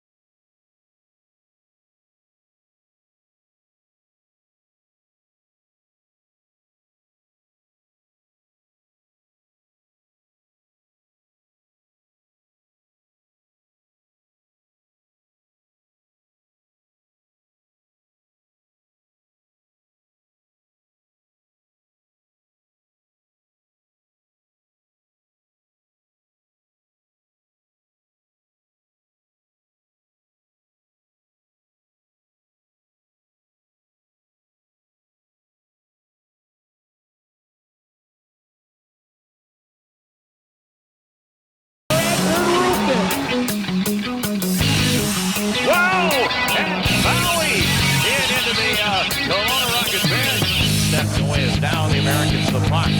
Stretching up. Messier up for Holland. Slot. Fires it 5-hole. He scores! Troop steals the puck. Comes 2-on-1 with Doty. Troop is onside. Drags it right circle. Looking for Doty in front. Cross ice feet. Shot.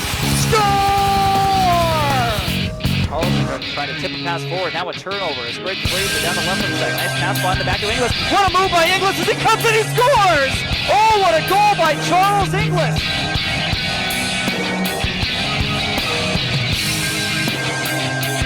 Skates up the middle of the ice, pass ahead for Ratty, tips to the line, picks it up on the other side, Ratty shoots, scores! Ratty from his knees, high blocker, what a shot! McNeil by Manning, line.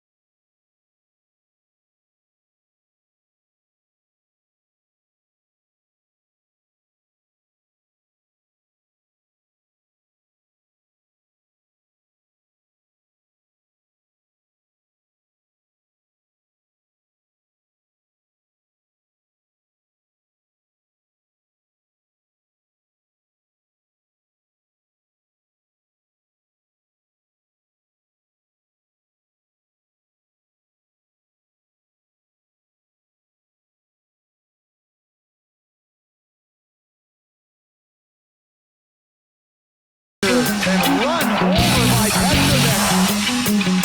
T-Birds are on the puck here early.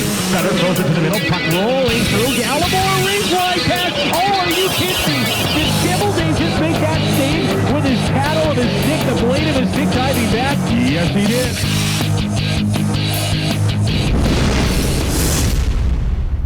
Excellent work as always. 8 games aside from this one in Kamloops going on in the Western Hockey League. And how about the Prince Albert Raiders? And Mark McNeil had an enormous night for the Raiders on home ice to defeat Kootenay 7-5. McNeil with a hat trick and 5 points total. And the Raiders were trailing in that game 5-2. They hand Kootenay its first loss on that 9-game road trip, ending their 6-game winning streak. All those wins coming on the trip. As for the Vancouver Giants out east as well, they were winners in Regina, knocking off the Pats by a score of 4-1, improving their record on that eastern trip to 3-1-1. Matt Bellerive getting the game winner, his 3rd of the season, Vancouver's 18th victory on the year. Darian Drzezinski had a big game. He had a 3-goal effort, and the Brandon Wheat Kings knocked off the Red Deer Rebels 4-2. Problems for the Rebels. They've now lost 8 in a row as Pearson and Maxwell get the goals for the Rebels in that game. Brian Pollock also scoring for Brandon. 2-1, the Calgary Hitmen, who are on a tear right now, 7-3 in their past 10. They're leading in the 3rd over the Spokane Chiefs. Alex Gogolev has the go-ahead goal for the Hitmen, his 11th of the season. Josh Nichols has tied it after Hunter Shinkara got his 26th of the season. A 1-1 tie between the Blades and the Tigers in Medicine Hat. Victoria Royals in Kelowna tonight. They are scoreless in the second period of play in Kelowna. Kelowna won not long ago on Saturday by a 6-5 count over the Royals. Portland Winterhawks, Oliver Gabriel back in the lineup. He has scored. 2-0 Portland over the Everett Silvertips. And the Seattle Thunderbirds, they have a 1-0 lead on the Tri-City Americans. They're in the first in Seattle. Portland trails Tri-City by 2 in the U.S. Division. For all you need to know about the Western Hockey League with scores, news, and links to all the 22 clubs, go to www.whl.ca. Back with more in the first intermission. The Kamloops Blazers up on the Prince George Cougars by a 2-1 count on the WHL on Shaw. Well, the saying is everybody loves a parade. All the kids like Teddy Bear Night. And the Blazers have a 2-1 lead after 20 minutes here in Kamloops on what is the Blazers Teddy Bear Night. And it was a defensive start to the hockey game, Bill. Neither team giving either an awful lot of room to move. But once the second half of the period kicked in, a little more offense, and a mistake by the Cougars led to the opening goal by Tim Bozon, the Teddy Bear goal. Yeah, the Bears came down, and simply because they gave up the blue line, this is off the wall pass from Medaisky. Look at the room to walk in and fire that shot. Owsley knows that it's tough to catch on that particular one, but I want you to show something. I'm going to show you something here. Spencer has to check on the Prince George goal. Skates hard down into that zone. Now, he turns the puck over. Stop it there. Now, Merrick Herbis has got the puck in front of that. Look at he turns right back into the forecheck and then throws the puck to Tim Bork. He could have gone behind the net. Once Burke gets the shot from the point, it's mishandled in front of the net and ends up right on Forsberg's stick. This is good puck support. These are the two guys for the Blazers. Get the puck in. Austin Mashmeyer, stop it here. At the very top of your screen, he recognizes, Kirk, that shot's going to go wide. What does he do? He just keeps it back in. Sets up this battle level. Haynes and Soto, stop it there. You got two blue-shirted Kamloops Blazers. You got three Cougars. Who's going to come out over the puck? Hold it there. Now you got 1, 2, 3, 4, 5 Cougars. And you got Soto with the puck. How does he get that lane to that spot to make that shot? Somebody's got to get him. But this is simply good puck support. Here's a battle level we're talking about. All that traffic, maybe, just maybe, Housley's a little deep in the net in that situation there, and it's 2-1 at that point now, and that's the way the period ended. Now take advantage of your opportunities, and that's what the Blazers have done. A 2-1 lead, shots for 10-6 in favor of the Blazers in that opening period.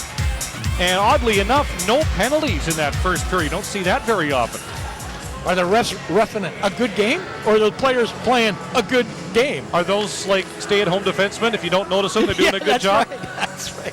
Well, actually, that 6-5 game in Victoria the Blazers played on Wednesday, 11 goals. There were 10 minor penalties. Wow, more goals than penalties in that hockey game. Well, you know, the power play almost always and penalty kill end up being a factor in Western Hockey League games. So the Cougars down a goal, looking to get a scoring opportunity, but they are unable to get a shot away. And here go Willick and McVeigh. As far as the Cougar line, shoot in, blockered away by Owsley. McVeigh on the puck behind the net. Jesse Forsberg rubs him out, wins the puck ahead. Asachak there. Good pinch by Mashmeyer. Size mismatch, like you said, Bill. What size mismatch? Cougars ahead. Alex Forsberg plays it ahead into the Blazer zone. Cougars will change.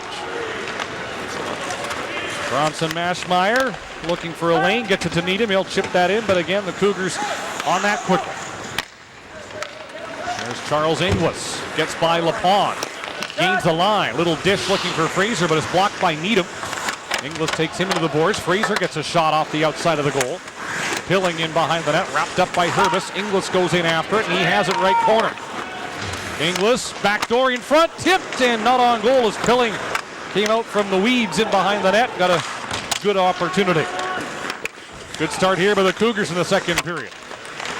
Needham, though, wins the puck around. McVeigh trying to get it past Gibb, but held in by the Cougar blue liner. Now squirts free back to the net. Herbis back around, held in by Gibb. And it stays inside momentarily. Mashmeyer able to get it out. To center, to McVeigh, but he can't get it deep. Now LaPon jumps on it. Bozon in left wing. Off the bench. Comes down to LaPon. He runs over McKittiak.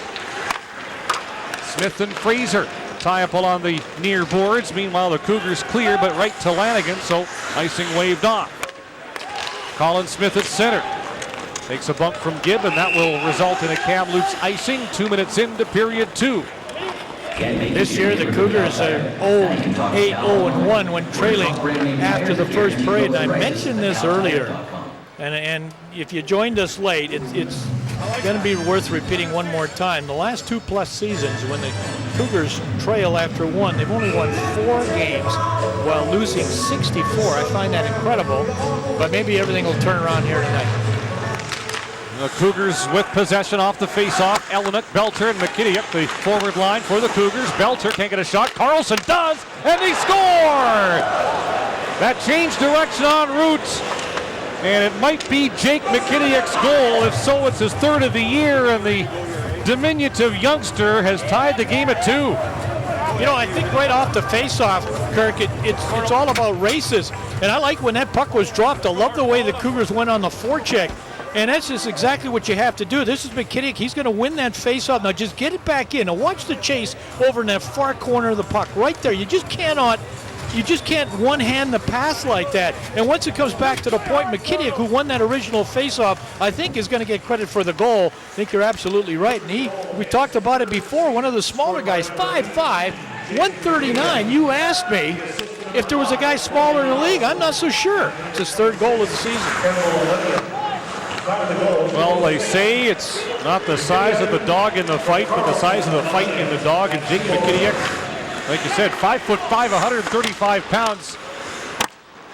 Just went to the front of the net and made it happen for the Cougars, tying this hockey game just over 2 minutes gone in period 2. Blazers trying to establish a little pressure offensively. Puck at the left point. Landon Cross unable to hold it in under pressure. And they're forced to shoot it in and get a line change going. As Daniel Gibb will start to center. Good speed right wing, then pulls up as he heads off on a change. Lanigan out of his net, shovels it around near side. No Blazers there to get after it. And Lyndon Springer will fire that right back in. And former Edmonton Oil King Merrick Herbis is on that. And I don't know if this is an adjustment at all, but that's the 1-2-2 forecheck. I think probably Dean Clark, you know what, I'll tell you, he's clapping his hands on the bench, and that's an indication he's happy with the fact that 1-2-2 kind of slow the game down a little bit, call it a trap if you want, force the Blazers to ice the puck. Well, we'll see if the chess match continues in terms of the Blazers, in terms of the adjustments that they want to make, trying to solve the defensive posture here of the Cougars. There's one man in. They're very reluctant. That's a very slow two-man forecheck. That's the good pinch you're looking for. Troy Bork in for Asachak. His shot doesn't get through. Springer shooting. Lanigan the save. Herbis on the rebound. Right into traffic, and the Cougars get it back. Forsberg looking for Asachak, but a nice stick lift by Soto, and the puck exits the zone. Asachak can't move it through. Maschmeyer shovels that in. Ryan Haynes hopping on the forecheck as Springer goes back. Sturzer cuts it off. And then Bork takes it away from Haynes. And up for Asachak. Gets it by Hansen. Working in on Bell. Penalty upcoming, the first of the hockey game. Springer follows his shot off the arm of Lanigan and back down the ice. Oh, that could have been dangerous as Charles Inglis off the bench will get to it. Drew Owsley heading back to the Cougar bench. That takes a different trajectory down the ice. That could have gone into the empty net. And now puck touched by Dylan Willick as he's hit by Greg Fraser. That draws a crowd, and we'll see if the officials call a second minor, but there is one coming up earlier in the sequence, and the Cougars get the first power play of the hockey game. Just a chip out, that's all it is, and then it sets up a bit of a race in the neutral ice area. Keep it simple, that's what you want to do. This puck right there, just get it out into that neutral ice area. Spencer Asachuk hauled down that stick, I think kind of just in the way more than anything. Tyler Hansen, the guilty party. Yeah, he got caught a little bit flat-footed, Hansen did there, and got a little itchy there to say, you know what, I better get that stick out, kind of try to slow him down. This is a power play, folks, that is dead last, 22 out of 22 in the WHL. Just 11%. 14 power play goals, but here's Marincin shooting, stopped and covered by Lanigan with Greg Fraser battling Merrick Herbis in front. Martin Marincin is that big Slovak defenseman that I think hit the wall last year amazingly with all that travel in Prince George, playing for Slovakia in the World Junior Tournament. And, you know, I mean, really, it's going to get you. Edmonton said, well, you know what, we could turn him pro. They said he's better off coming back and playing that same kind of schedule here in the Western Hockey League. Nice job. Although he misses that defensive partner he had so much last year, Sena Ekalotsi. Remember the two of them? They were deadly. Marincin teeing it up, top of the slot. Wrist shot, that's tipped by Fraser over top of the goal. He's getting a lot of time, Kurt. He is. Inglis back for Marincin, but it's too far for him, and down the ice it goes. The Cougars have to be careful. Blazers lead the league in shorthanded goals with 9. Yeah, it's just because of a good work ethic. That's all that is. When you've got 9 shorthanded goals, that's many a time you're outworking on the penalty kill, the power play.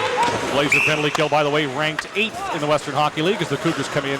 Actually called for icing. Well, penalty minutes this year, we talked about discipline for Kamloops. This year they're 13th in the Western Hockey League. Last year they were 4th most penalty minutes. 2 years ago, Kirk, they led the league in penalty minutes. They've gone from 21.5 minutes to 17 minutes. That's 4 minutes. That's 2 penalties a game. That makes a huge difference in terms of how good your penalty kill is going to be. Well, 2 power plays a night. That saves a lot of time for your penalty killers, for sure. You add that up over a year. Cougars shoot in. Troy Bork on the retrieve. Maschmeyer rubs him out. Alex Forsberg back to the net. Asachak parked in front. Forsberg and Smith at the line. So the Forsberg boys play some catch. Now down to Bork. Spins away from Maschmeyer. Centering. Smith shoots, and it went wide, and Lanigan didn't see it till it was by him. Jesse and Alex, the Forsbergs again, right side. Jesse, wrist shot, misses. Side of the goal. Lanigan quickly back to the post to cover that up as Bell and Asacek get angry.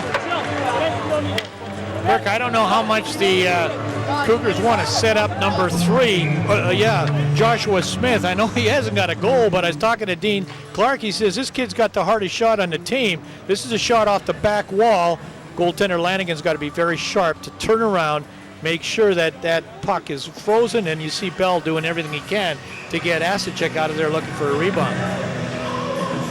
So Colin Smith on the draw against Troy Bork. The Cougars win it again. Jesse Forsberg to Bork.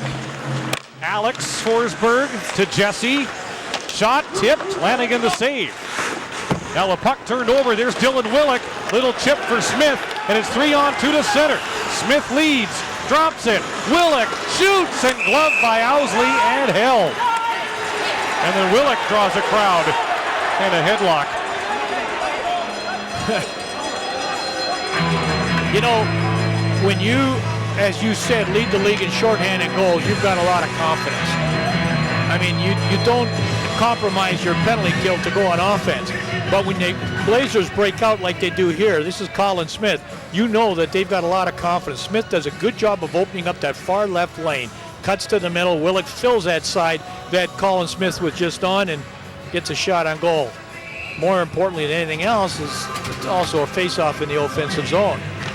Cougars fortunate in that two of their players coming on the back check knocked each other down. And if Willick had held that puck for a split second longer, Colin Smith was all alone in front. Just the way it happens sometimes, but boy, that was close. Cougars ahead. Pass off the skate of McKittiak into the Blazer zone. Back is Maschmeyer. Eludes the forecheck. Shovels it up the boards. No, it's cut off by Jelinek. Belter able to hold it in, but Maschmeyer sticks with it. And Hansen out of the box. We're back to 5-on-5. Cougars 0 for 1 on the power play tonight. Bouncing puck far side at the Blazer line. Caleb Belter flips it around the net. First man there is Gibb, left side.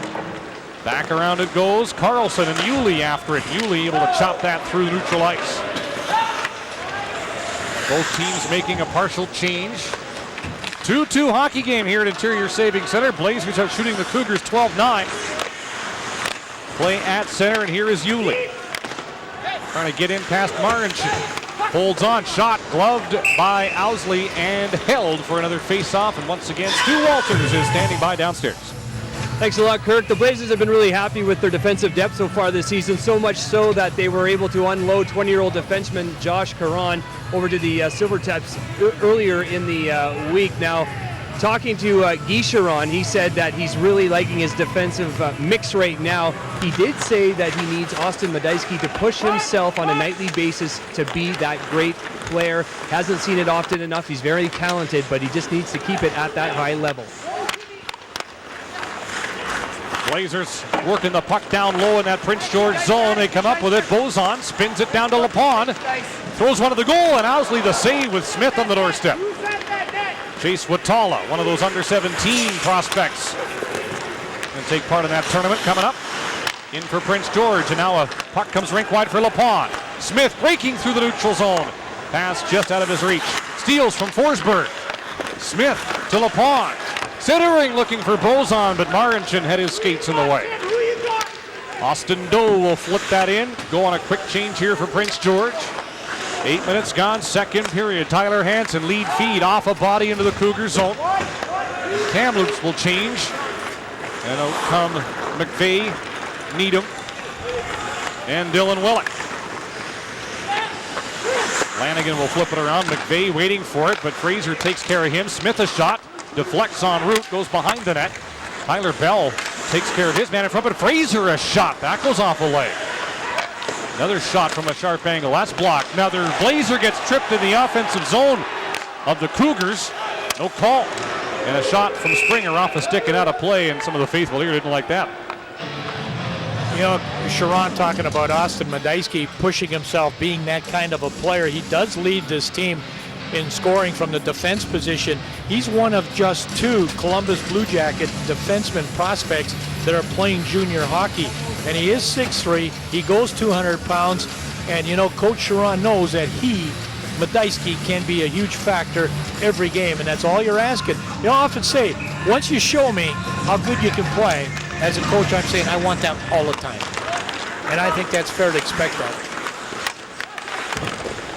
Big hit along the corner boards, and Dylan Willick is going to be sent to the box for a check from behind on Shane Pilling. Both referees with their arms up. And they're just going to confer to make sure they're on the same page, and the Blazers shorthanded for the second time this period. You know, when the play's in your own zone this much, as it's been, the Cougars have done a nice job. It forces you to get a little bit antsy. You want to get a little bit more aggressive, and certainly nobody outworks Dylan Willick. There's no question about that. And there's a guy the team voted his 99 Pontiac Grand Am was the worst car driven by a Blazer. I remember when those were the nicest things on the road. Maybe not the nicest, but it was a nice car. Yeah, it certainly was. Not one to be voted worst car. Most definitely. Well, 99's getting back there. That's true. Cougar power play. Alex Forsberg, little backhander off the post. Marincin right point. Feeds to Bork. Down low, Forsberg asks a check. Oh, what a stop by Lanigan. Fantastic stop by the Blazer netminder. Side of the net again, Bork chopping at it. He and Shaver go down. Fans again call a penalty. Still playing. Carlson at the line, whips it across, Marincin. Fakes, feeds, Carlson. One-timer stopped again by Lanigan, and he'll pounce on that. Kirk, when you're 6'3", you can make some of those pad saves. Heck, you're expected. Darn it, you got to make some of these pad saves. It's all a question about reaction. Watch Lanigan on this pad save here. Get that puck to that spot. How good is that release from the corner of the rink? This pass, is that Forsberg? That's an absolute no-touch, almost a no-touch pass, and just a super save with getting that leg into that spot there. And he followed that up with one more save that forced this face-off. Another redirect, that stop, another chance, and we have a whistle. The net gets knocked off behind Lanigan. The Cougars are going to say there should be some sort of punishment. Maybe they're saying intentional, but no, we're going to say unintentional. Face-off remains in Blazer territory. Now you're winning races, the Cougars are, for pucks. They're winning face-offs. They're getting control of it. And Clark cannot believe that that's not an intentional delay in the game penalty. Wow, those eyes big. But off that face-off, that's another save there. Well, give Tyler Bell gold star because he sure made it look like it was an accident. Yeah, no kidding. Colin Smith shorthanded for LaPon. He can't get a stick on it. Puck comes to center ice. Hansen will fire that back off the top of the glass, bouncing down. LaPon can't get it. And away goes Charles Inglis. Unable to get inside that Blazer zone cleanly, and again shot down the ice by Kamloops. 30 seconds to go in the penalty against Dylan Willick. Shots are just about even, 13-12 in favor of Kamloops. Cougars have had the only 2 power plays of the hockey game. This their second. Shoot in, comes wide of Lanigan. Mashmeyer trying to pound it out, but it goes off the leg right to Inglis. Pass across, too far for Fraser. And now the loose puck at the line. Eventually bounces out. Logan McVeigh on that. Forsberg strips him, and then Sturzer steps into Forsberg. Mashmeyer gets rid of the puck. Logan McVeigh in on the forecheck, shorthanded for Kamloops. 4 goals this season, 2 of them have come shorthanded. Penalty to Willick is over, so 5-on-5 as Belter dumps it in. Hansen back up the boards, comes free to Willick. Little chip past Marincin. Up with Needham, 2-on-1. Marinchin's back, Willick a shot, stop, rebound. Oh, and Owsley robs Needham on the doorstep. Hansen at the line, wrist shot, tipped, Needham. A stick on it, can't get it on target, and the Cougars able to clear. All of a sudden, we've got some serious speed in this hockey game. Not to mention, out of this world goaltending. Yeah. Marincin unable to hook up with Doe. Bell back now. Around for Hansen. McKittiuk in there too. Needham able to win it away for Kamloops. Feeds it ahead for Willick. Gets it as far as the Cougar line. It does get it deep. Kamloops will change. 8:15 to go here in the second period. 2-2 hockey game. Both goaltenders doing what they can to keep it a 2-2 game. Lanigan and Owsley with fantastic stops just moments apart. Big pile up here on the near side as they try and win possession. Finally shot in by Prince George. Lanigan around for Merrick Herbis. Teammates in Edmonton last season. Puck rolled ahead by the Blazers. Cody Carlson's back, sends it around far side. Shaver cuts it off. Little pass intended for Haynes, got hung up in skates. Ranford now steps on the skate of Jordan to catch, but keeps on digging. At the line, Mashmeyer. Herbis shoots wide. Haynes on the rebound. Twisting down low, little give for Shaver. Not a lot of room to work. Played well there by Daniel Gibb. To catch there too. Ranford trying to pull out of the pile. Comes around the boards. And Chase Watala's on it here for Prince George. Dumps it in. Gets to it first. Leaves for Doe. Mashmeyer can't knock him off the puck. Here's Springer across. Forsberg a shot. Stop. Rebound.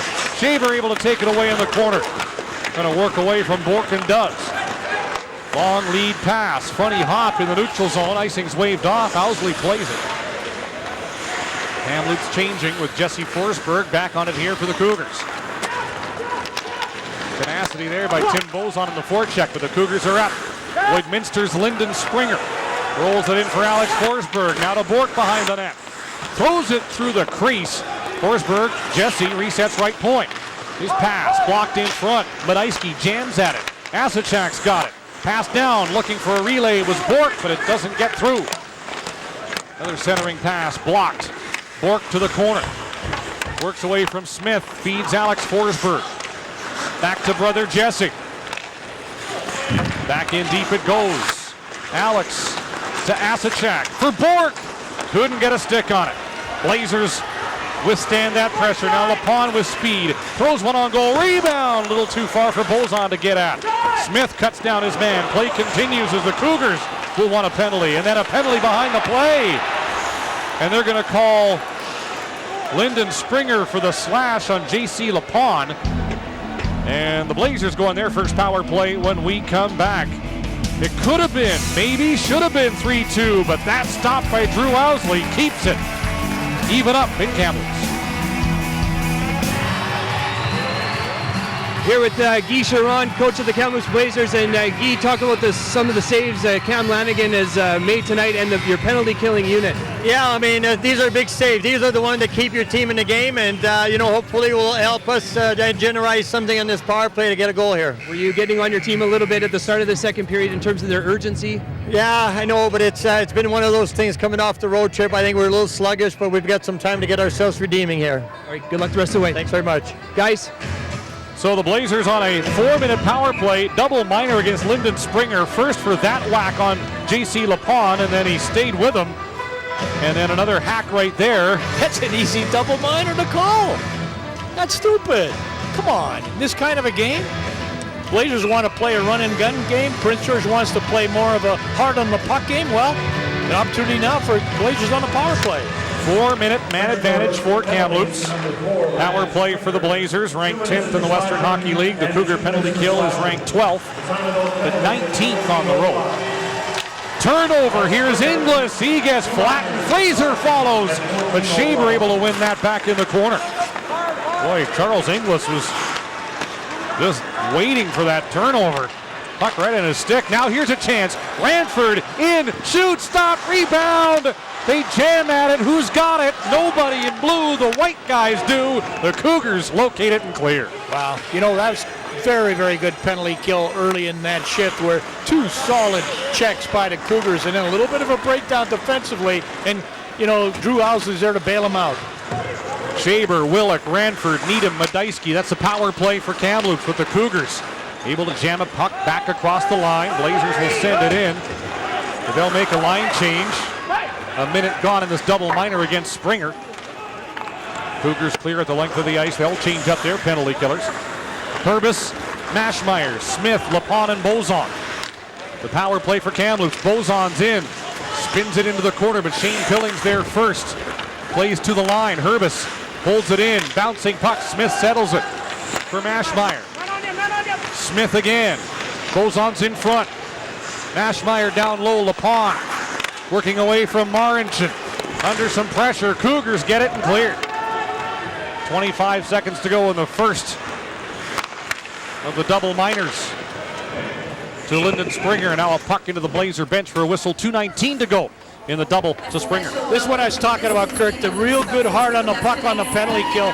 You'll see Charles Inglis really good attack the puck carrier. This is all in the offensive zone or in the Kamloops Blazer defensive zone. Medeski trying to come out and watch Inglis get involved in intercept that pass, and he's in all kinds of traffic. It didn't end there. There was more pressure there. That's really good heart on the puck by Fraser, and this is the best chance by the Blazers. What a nice save by Lanigan as Ranford, the guy that you want to have the puck if you're the Blazers, is denied there by the goalie. Well, Guy Charron trying something new. Soto, Haynes, and McVeigh the power play with Shaber and Medeski on the points. Puck at the side of the goal taken away by Jesse Forsberg. Will he clear it? Yes, it bounces past Shaber with 1:50 to go in the double minor to Lyndon Springer. And the guy with a puck right there, that's what Guy Charron says. He's got to be more effective. That's Guy Charron. That's Austin Medeski. See how much time he's going to get on this power play and see if he is a little more effective than he has been. So Medeski left wing to Shaber. Rink wide looking for McVeigh. Eventually finds him, but his shoot in taken away and fired back down the ice by Cody Carlson. Puck chipped to center ice. Give rattled there by Soto. Puck to Asachak, and he'll flip that back into Kamloops territory. The Blazers just have not really been able to get set up on this man advantage. And they won't this time either. Shaber, though, will follow up. Left wing to Willick. Drops it off for Shaber. Back door comes Ranford. Knocked off his stick. Doe was there. Can't clear. Shaber back to the net for Ranford. To Willick. To Needham. Return feed, down low Ranford, around the net, trying to leave it back door, taken by Gibb, but cannot clear. Bouncing puck, side of the net, Cougars have it. Gibb is there, he'll launch that one down the ice. I mean, they're winning battles. The Cougars are just absolutely outworking this power play that the Kamloops Blazers are throwing at them. Good battle behind the net won by the Cougars. This has got to give the Cougars a bunch of momentum here. The big penalty kill for 4 minutes if they can hold off, but Maschmeyer shot, they score! Spoke too soon. Bronson Maschmeyer, a shot from the high slot, may have been tipped. Goes 5-hole on Owsley, and the Blazers power play gives them a 3-2 lead. As good as Owsley's been, folks, this is just Drew Owsley misplaying the puck behind the net. Watch this. He just makes a poor play with it, turns it over, gives the Blazers the puck right back. There's the shot, and right in front of the net, the deflection. Drew Owsley comes out. He's got a lot of time. Look at that deflection. Right 5-hole. Good job on the shot. But Drew Owsley can't give that puck up in that situation like he did there. Unfortunate, because I agree, it was a great penalty kill. Now McKittiak with a chance right off the ensuing faceoff. They're going to give the goal to Matt Needham on the tip.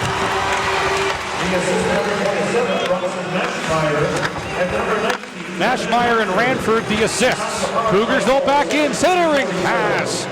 Taken away by Kamloops, and it's 3-on-2 to center. Lepon will dump it in. Smith in on Forsberg. They tie up back of the net. Smith had it for a moment, but the Cougars able to flood back and get it ahead. Ellenuk with a chip, but he was on his own side of center ice, and it's icing Prince George with 98 seconds to go in period 2. Well, let's go back at this. Owsley misplay. I think it's Ranford that's going to say thank you very much there.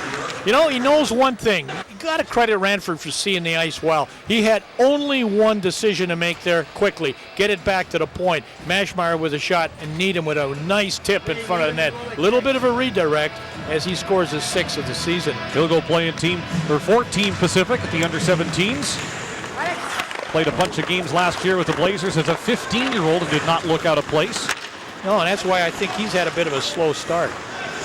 Merrick Herbis gloved that puck and held onto it for almost long enough for a penalty. Play on, say the officials, and the Cougars on it. There's Cody Carlson, former Medicine Hat Tiger, ahead for Alex Forsberg. Can't make a move around Herbis. Asachak to the line. Finds its way to Gibb. Down a little board, back to Gibb. Traffic developing in front of Cam Lanigan. Carlson shoots it, and Lanigan able to make that stop as big Spencer Asachek parked at the top of the crease again. Your down low coverage in your own zone can never be passive. It's got to be exceptionally active. You've taken a 3-2 lead as the Blazers have. 1 minute left in the period. You've scored late in the period to take that lead, and you allow the Cougars to come into your own zone and establish possession. That's where the faceoff is right now. This is an important 1 minute. In fact, as far as this game is concerned, this is an important shift. Gibbett the line off the Cougar faceoff win. They've done well in the circle tonight. Pilling and Maschmeyer tie up down low. Needham goes in. Puck is free. Cougars center, but knocked away, and Dylan Willick unable to clear the zone. Held in by Carlson. Pilling behind the net, gets free, puts it in front. Hansen, though, in good position to knock that away. Inglis on the far boards. He's double teamed. Cougars still get it. Pilling a shot. Lanigan the save there as Tyler Hansen and Greg Fraser jumps at the end of that play. Wow, is that ever just a tremendous job, Kirk, in terms of chasing pucks down, being hard on the puck. This is what's so important. There's hard on the puck behind the net. There's being hard on the puck going to the net. There's a battle level that's hard on the puck. There's good support. They're really supporting the puck well. And what does it lead to? Leads to that shot. Not a great scoring chance, but it forces Lanigan to make a save. Another face-off to his left. Inglis on the draw against Shaber. Pair of veterans will do it all over again here. It's done unfairly. Interesting note here, the shots 18-17 in favor of the Blazers, so very close in that department. The Blazers have only been outshot once this season at home. 11, does that make it 11-7, I think, this period for Cougars? Marinchin a shot into traffic in the crease and swept away by Bell. In the blue paint, he got rid of it. Shaber, nice little outlet for J.C. Lapon. Joined up ice by Smith. Lapon right wing, trying to move it into the middle. Falls as he tried to regain possession. Time for a Cougar rush, and Carlson's got it up the middle. Little dish picked off by Smith, kept in by Pilling. His pass into the corner taken by Medeski. He'll play it around. One more chance. Carlson a shot off the outside of the net, and that will do it for the second period. As Charles Inglis gets into the kitchen of Tyler Bell, and they have a few unpleasantries as they get pulled apart following this middle frame. Each team with the goal in period two. McKittiak on the tip for Prince George. Needham on the deflection for the Blazers. 3-2 home team after two in Kamloops. Welcome back to Kamloops after 40 minutes of play. We have the Blazers leading the Cougars 3-2. I'm here with Blazers captain Chase Shaber. And Chase, how important for you guys to convert on that 4-minute power play? It was a huge advantage for us. Them taking that 4-minute penalty gave us a little spark on the bench. So, it was very important to capitalize, and we did. How important as well with the two PKs before that, and I want to ask you about the play of your goaltender, Cam Lanigan, his first start in 8 games. Yeah, Cam is, he's always positive around the guys. He's a real good goaltender. Gets his first start, he was excited, and he's playing well tonight. I want to ask you about the culture change around here. A few down years for this Blazers organization. You're captain into your second year on top of the BC division. How are you changing the culture around here? Just with our overall structure, we want to build a team identity, and we feel that we're doing that this year with hard work and just playing to our strengths. And how about your play? Do you feel like you're leading by example? I play my role, and everybody has their job on the team. And I think everyone is accepting it, and they're moving forward with it. So I feel comfortable with mine, and we're having success so far with it. All right, thanks very much for this, Chase. Good luck the rest of the way. Thank you. Let's head upstairs to Andy. Thank you kindly, Stu. Through 2 periods of play, the Kamloops Blazers with a 3-2 lead over the Prince George Cougars. We were going to go to the Brendan Gallagher feature, but look who arrives on the set. Maybe we could bring that chair a little bit closer here, John. John Keane is the play-by-play voice of the Kamloops Blazers. On the fly reaches in. You're busy with your radio duties, so we appreciate you stopping by, John. thought through 2 periods tonight. Yeah, you know what? I've called it the color man's treat, because they better have their game notes ready, because they're called upon a lot here in this one. But you know what? The Cougars aren't going anywhere. They played the Blazers very physical tonight. I thought it's definitely part of their game plan. The Blazers have built the lead. Cougars have fought back here now twice, and you know what? They're playing some of their best hockey tonight, I think. Entertaining hockey game for sure. Let's talk about Monday, the announcement for Canada's selection camp. 16 players from the Western Hockey League getting that invite. Your thoughts on the 16 that are going? Well, you know what? The 16 is great representation for the Western Hockey League. That's great. You know, there's 3 Portland Winterhawks in the mix with Ty Ratty and Joe Morrow, and you know what? There's lots of talent out there to be going to this tournament. The big surprise for me was no Calvin Pickard, and I talked to Calvin on the Saturday before the Monday before the announcement, and he had no inklings that he would make the team or make the camp or not. But you know, and that's the first thing I noticed was just the one goaltender, Tyler Bunz, was not in the mix. But 16 players, there's going to be some shoe-ins, no doubt. Brendan Gallagher's the biggest shoe-in. He'll play on that team, and he'll be an impact player on that team. Calvin Pickard was a surprise for many. Anybody else that surprised you that didn't get that invite? Well, there's some talk about Duncan Siemens, you know, and in Saskatoon about him not making the grade, but you know, you look at Duncan Siemens and you see if there's a role for him on the team. Like, what do they want? Do they want some tough physical guys? You know, Dylan McElrath didn't make it, so obviously they want, you know, maybe a fleet of foot defenseman to handle that and to handle some of the you know, offensive duties for Team Canada. And you know, it's good to see a guy like Brendan Kitchton make it. Brendan Kitchton's a real offensive guy there with the Spokane Chiefs, and you know, with him making the team, maybe that's the direction they're looking for, is good puck-moving defensemen. Let's talk about the Kamloops Blazers, first right now in the BC division, with a couple in hand on the Vancouver Giants going into tonight. What's the biggest thing that stood out through the first couple of months? Well, you know, the Blazers have done some things well, and namely it's been defense and discipline, and that's what they've talked about. That's the motto on their jump around shirts this year, and goaltending's been excellent. Cole Cheveldave isn't in tonight's game. He's asserted himself somewhat as the number one guy. Cam Lanigan has filled in and played just as well when he's been called upon. Goaltending's been a big increase for this team, but they're not seeing the quality shots that they did last year and the quality chances, and there's a lot of depth on this Blazer team. You look at the goal scoring leads, Andy, and you know, there's 2 guys at 14, there's another at 12, and 2 at 11 and 10. It's real balanced scoring. They have 4 lines that can score, and we've seen that here tonight.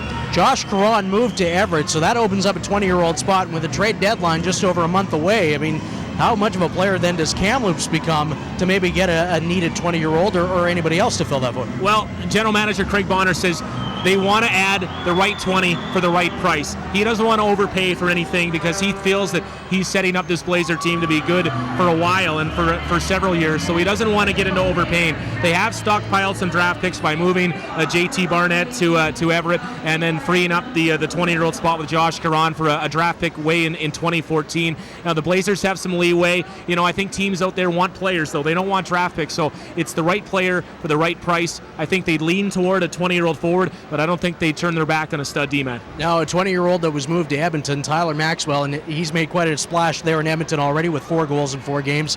What does he bring to that lineup, already pretty deep offensively? You know, he's a 40-goal scorer in this league. He's a proven 40-goal scorer, and he's a dynamic guy. The Blazers, I think, did a little homework on him when he was available. They deemed him not the right fit for this team, and they stayed away from him. But he's a proven scorer. And Edmonton's got a lot of scoring already. We know that. They're very deep there in that department. And, you know, you work in, you know, St. Croix and these guys that can wheel around. You add him in the mix. He's got a great shot. I think on the power play, if he gets a chance to, you know, to flex that stick and snipe one, he's going to do it. And I think that he'll add some offense. It just has to be enough pucks to go around there for the Oil Kings, though. Less than 30 seconds. Oliver Gabriel returns to Portland. He has a goal tonight. So how much bigger does that make Portland now, player? He's a big power forward. He's a big guy. He hasn't had the greatest numbers, but he comes off that pro experience. They have 2 weeks now to decide who's going to be the odd man out there in PG. In Portland. It's either going to be Charles Wells or Dylan Wagner. Good stuff. John Keane, appreciate it. Okay, thanks, Andy. There's John Keane, the voice of the Kamloops Blazers, joining us after 2 periods of play. Time to show the player of the week in the WHL, and that is the man, Ty Ratty, is the player of the week in the WHL. He had a big week and a big month as well. 27 goals in 27 games this season, so he's been excellent for the Portland Winterhawks on the year, and he is the WHL's player of the week. Back with more in the second intermission from Kamloops on the WHL on Show.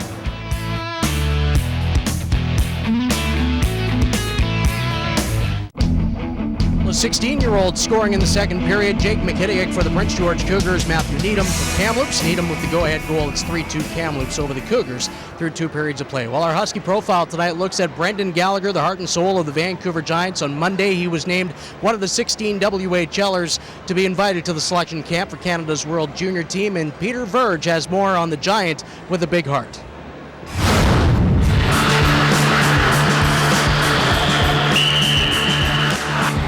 19-year-old Brendan Gallagher played his rookie season at the junior level with the Vancouver Giants in the 2008-2009 season.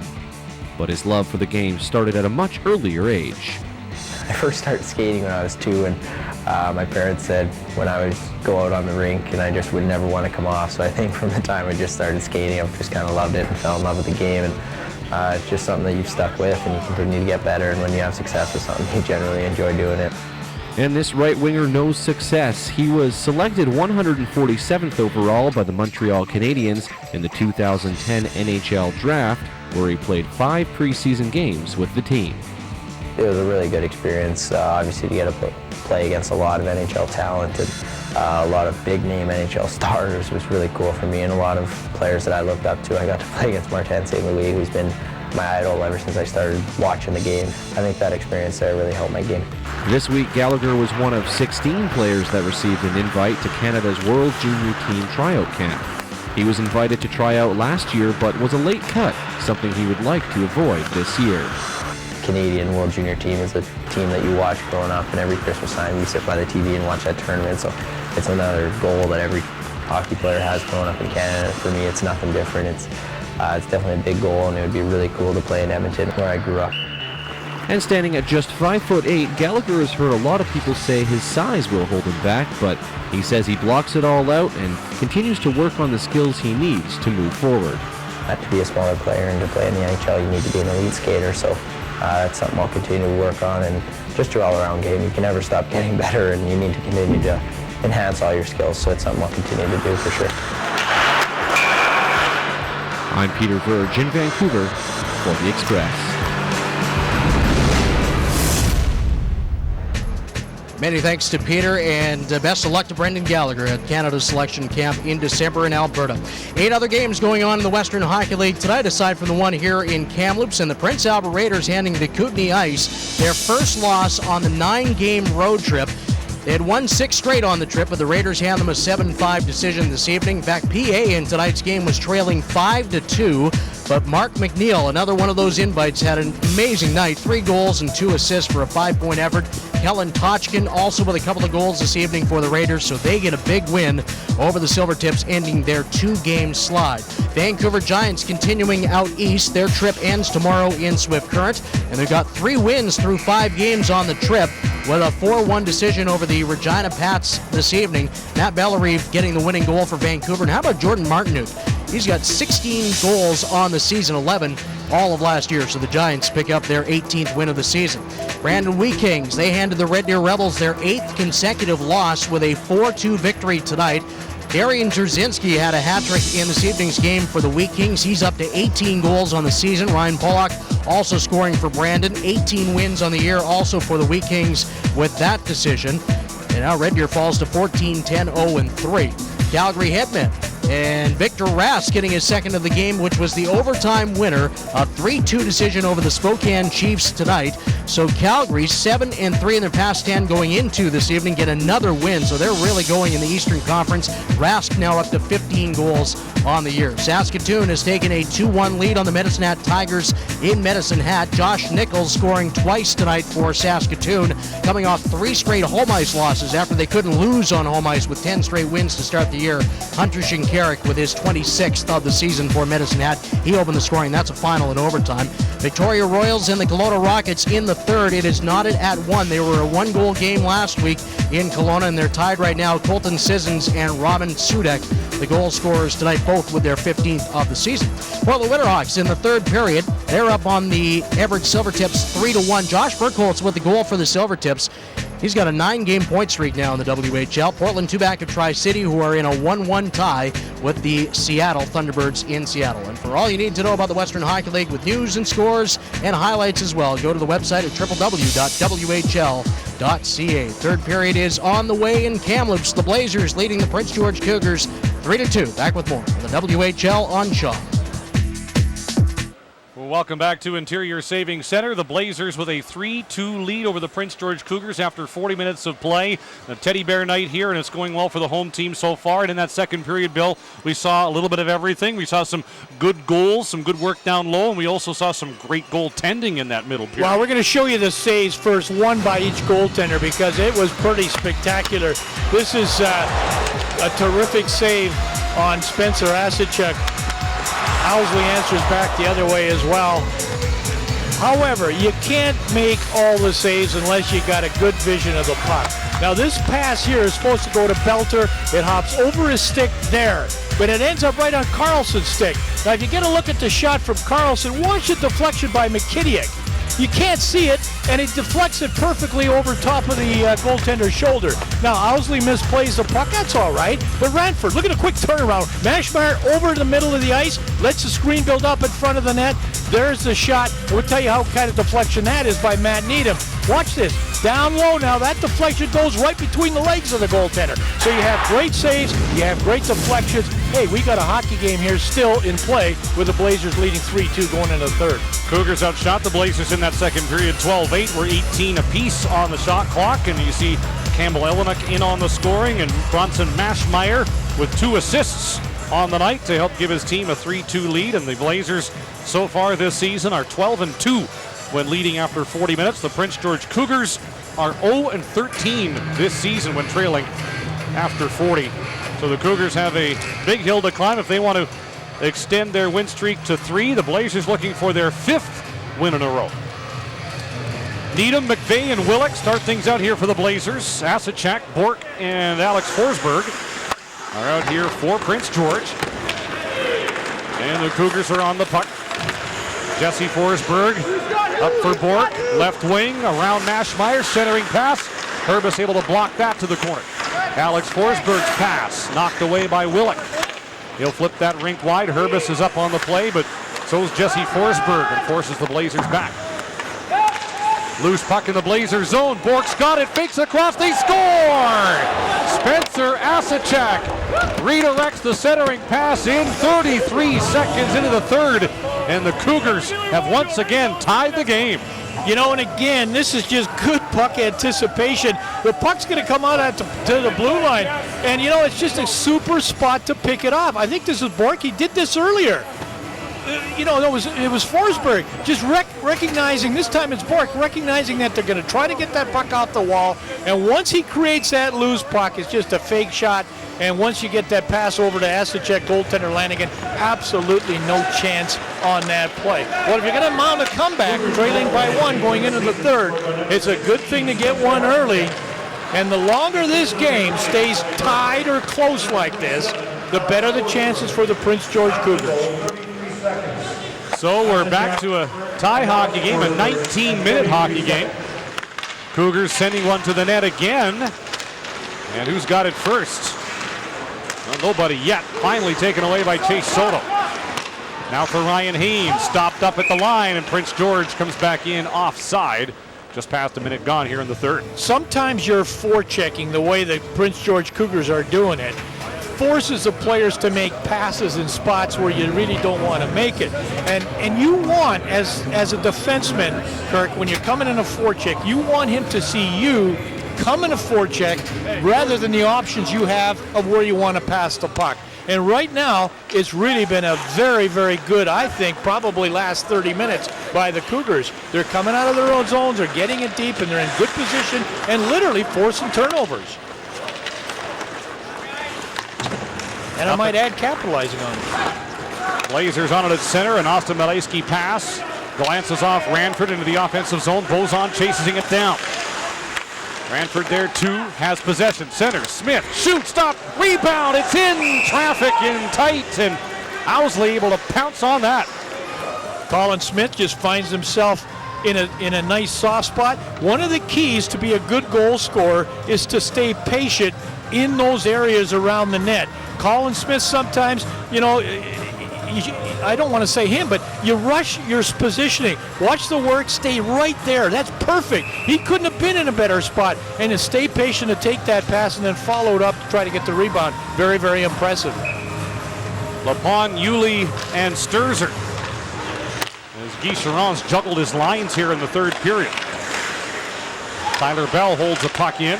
Bouncing down, LaPon and Yulee get possession, but no scoring chance materializes. Bork gave it away. But then Gibb ties up Yulee and wins it for the Cougars. Can't clear though. Hansen waits. Shot off the end boards, picked up by LaPon. Still digging after it, pokes it to Hansen. Back down to LaPon.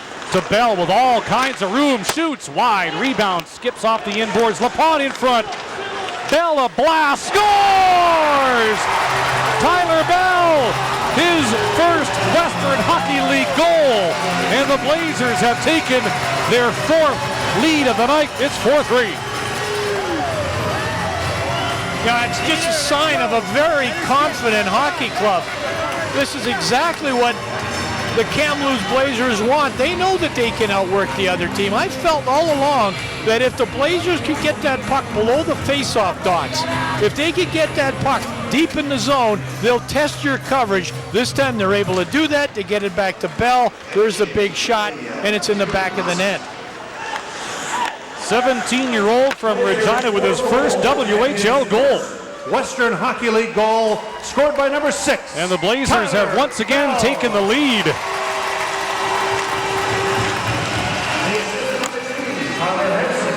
Hansen getting one assist. I think J.C. LaPon might also wind up getting one. As Needham's in for the Blazers. His shot from the right wing boards gloved and held by Owsley, and now McVeigh and Smith joust a bit at the end of that play. You know, I remember Roger Nielsen, when the ex-coach, obviously the late Roger Nielsen, saying that there are 4 things you have to win a championship. Number 1, you got to be tough enough, obviously. Number 2, you got to win on the road, because you're going to play some playoff games on the road. Number 3, you got to defend the lead. And number 4, you got to come from behind. Everything, all the X's and O's came down to that. This Kamloops Blazer team, Kirk, if they are as good as people think they are, they're going to defend a 4-3 lead in their own building. When I was talking to Guy Charron before the game, I asked him how it was feeling this year, and he says it's a good feeling because they're finding ways to win instead of finding ways to lose. And that's basically the difference. They're able to grit out wins as opposed to just making those mistakes at the wrong time. But you don't want to just outscore your mistakes. This is a problem sometimes that happens. They've got to diffuse a little bit of this Cougar rush that's coming at them. And the battle level at that end of the ice, the Blazers, the team in blue, has to win those. Haynes and Tkach tied up in the corner with Tala there too for the Cougars. Bounces in behind the net, Landon Cross. Moves it ahead behind Soto, but it goes down the ice, and that will be icing Kamloops. Downstairs, Stu once again is standing by. Thanks a lot, guys. A rare in-game interview here with Kamloops Blazers goaltender Cole Cheveldave. And Cole, what do you see in this game here, back and forth so far? We're not really sticking to our system. We're trying all that we can. We're doing as much as we can out there, so just trying to get back to the system right now. That's pretty much what the coach told us in the second intermission there, so we just got to stick to our system pretty much. I know you'd rather be out there, but is it nice to get a rest after 7 straight starts? Rest is nice, but of course I'd like to be out there. Lanny's holding his own out there. I love it. Me and him are getting along really well this year, so it's always good to be. Very good stuff, man. Thanks very much. Guys. Thank you. All right, Stu, thanks very much. Hey, Cole Cheveldave can multitask with the best of them. He's doing the interview with Stu Walters, and then he's also running the door, getting guys off the ice for their line change. You got to be ready, too, go in at any second. All of a sudden, just one quick shot, one injury, one stretch the wrong way, and you're getting a tap on the shoulder to get out there. Tyler Hansen, lead feed for Teddy Bear goal scorer Tim Bozon. Bounce back for Colin Smith. Into the offensive zone it goes. Carlson able to reel that in, but Bozon right on top of him. However, he finds Alex Forsberg, now to Spencer Asachek. In right wing against Bell, pulls up, centering pass deflected by Hansen into the corner. Colin Smith nicely ahead for Bozon. 2-on-3 across the line. Bozon able to get it into the zone. In behind the net it goes. There's Gibb. Turned it over. Bozon in the corner. Throws it down for Colin Smith. Trying to feed Ranford. Picked off by Bork and played around the boards. And there go Asachak, Carlson, and Forsberg. 3-on-2. Now for Carlson. Had Forsberg going to the net, but the puck never got there. And now picked up by the Blazers. Brendan Ranford in one-on-one. Makes a move, but couldn't get around Smith. And a penalty here against the Cougars, as Josh Smith is going to go off for the trip of Brendan Ranford, and the Blazers going on their third straight power play. Again, you see the Cougars come out of their own zone with some speed. They're coming out in numbers. It looked like a 3-on-2, but the key is this puck does not get deep. Look at the hit here by Maschmeyer. That creates a puck that never gets beyond much beyond the blue line. And then Ranford gets his eyes awfully big as he's got a 2-1 break the other side and forces that Cougar penalty. First round pick in 2009, Josh Smith out of Lacombe, Alberta. Sitting for 2 or less in the Blazer power play, looking to give them the largest lead of the night. 4 Blazer leads have all been 1 goal. Herbis and Medeski are at the points. They work it at the line. Shaber, Needham, and Willick up front. Herbis settles down the puck off the wall, slides past Fraser. In behind for Needham. Played very well by Martin Marincin. Cougars trying to clear, and Fraser's able to get it out of the zone. Shaber coming back, regains possession for Kamloops. Medeski will fire it in. Owsley holds his ground. Forsberg after it here. Shaber wrapping him up. Comes around for Marincin. Hard around the boards, and it gets past Medeski into the Cougar bench. So it will be face-off inside the line with 1:25 to go. Check that. Outside the line with 1:25 to go in the penalty against Smith. Oh, really, I think a terrific penalty kill tonight. That goal that Needham scored to make it 3-2 at the time for the Blazers was a power play goal, if I'm not mistaken, Kirk. And it came late in that 4-minute penalty, 4-minute power play that the Blazers had. But, you know, still a lot of time left, 1:20 in this penalty kill, which is so crucial for the Cougars at this point in the game. Blazers offside, and Ranford took a stray stick up high at the end of that play. Down to 1:13 to go in this Kamloops power play. 6 minutes gone in the third, and Tyler Bell's first WHL goal right now the difference, and Ranford leaking a bit after taking that stick up high. You know, tough guy. Look at that. I mean, he's not even, you can see the cut. There's 1 or 2 stitches there for sure. I don't think, well, is he going off? He doesn't have a whole lot to say to the referee. Let's have a look. Wow, wow, he gets a stick right underneath. There's no doubt about that. It was Daniel Gibb. Yeah, he's lucky he didn't get 4 minutes for that. I think the Blazers are trying to. They're not trying awful hard to get that, though, are they? I think they're having that conversation, but they're not pushing the issue. Exactly. Yeah. Exactly. And Ranford, really, he just headed for the bench. I'm not even sure he's going to go to the dressing room. Tim Bozon fakes the shot, throws down for J.C. LaPont. Back for the line. Maschmeyer couldn't reel it in. Bell slides across to get it.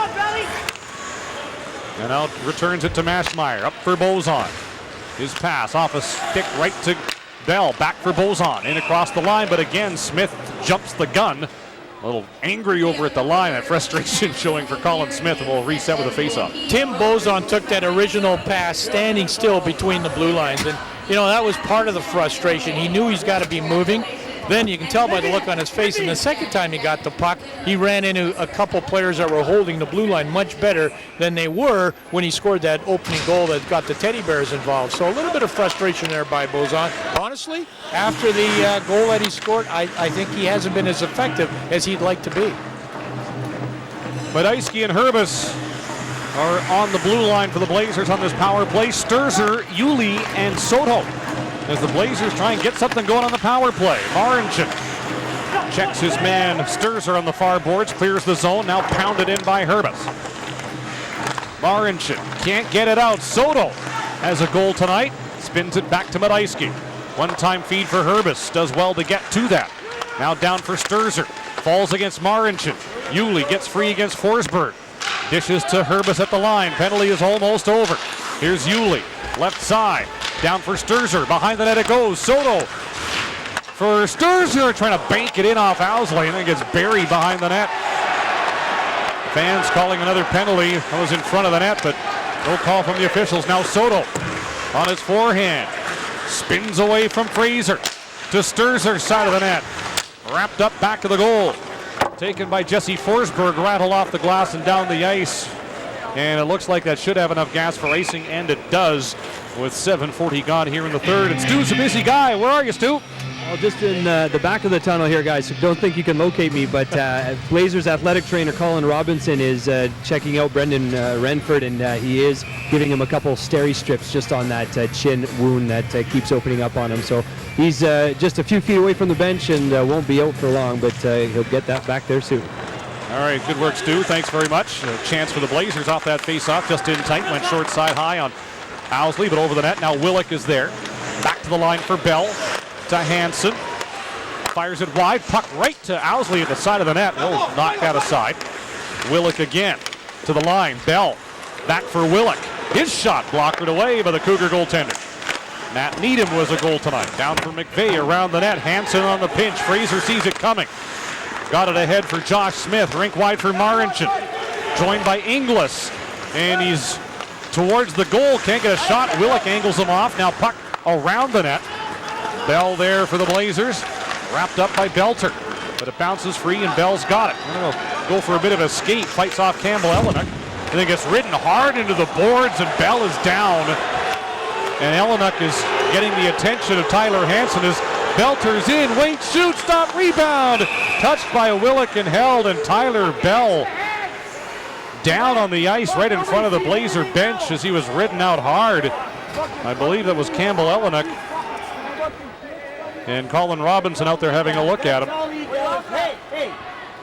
I don't know if he's hit or loses his footing on this, but there's a chase on.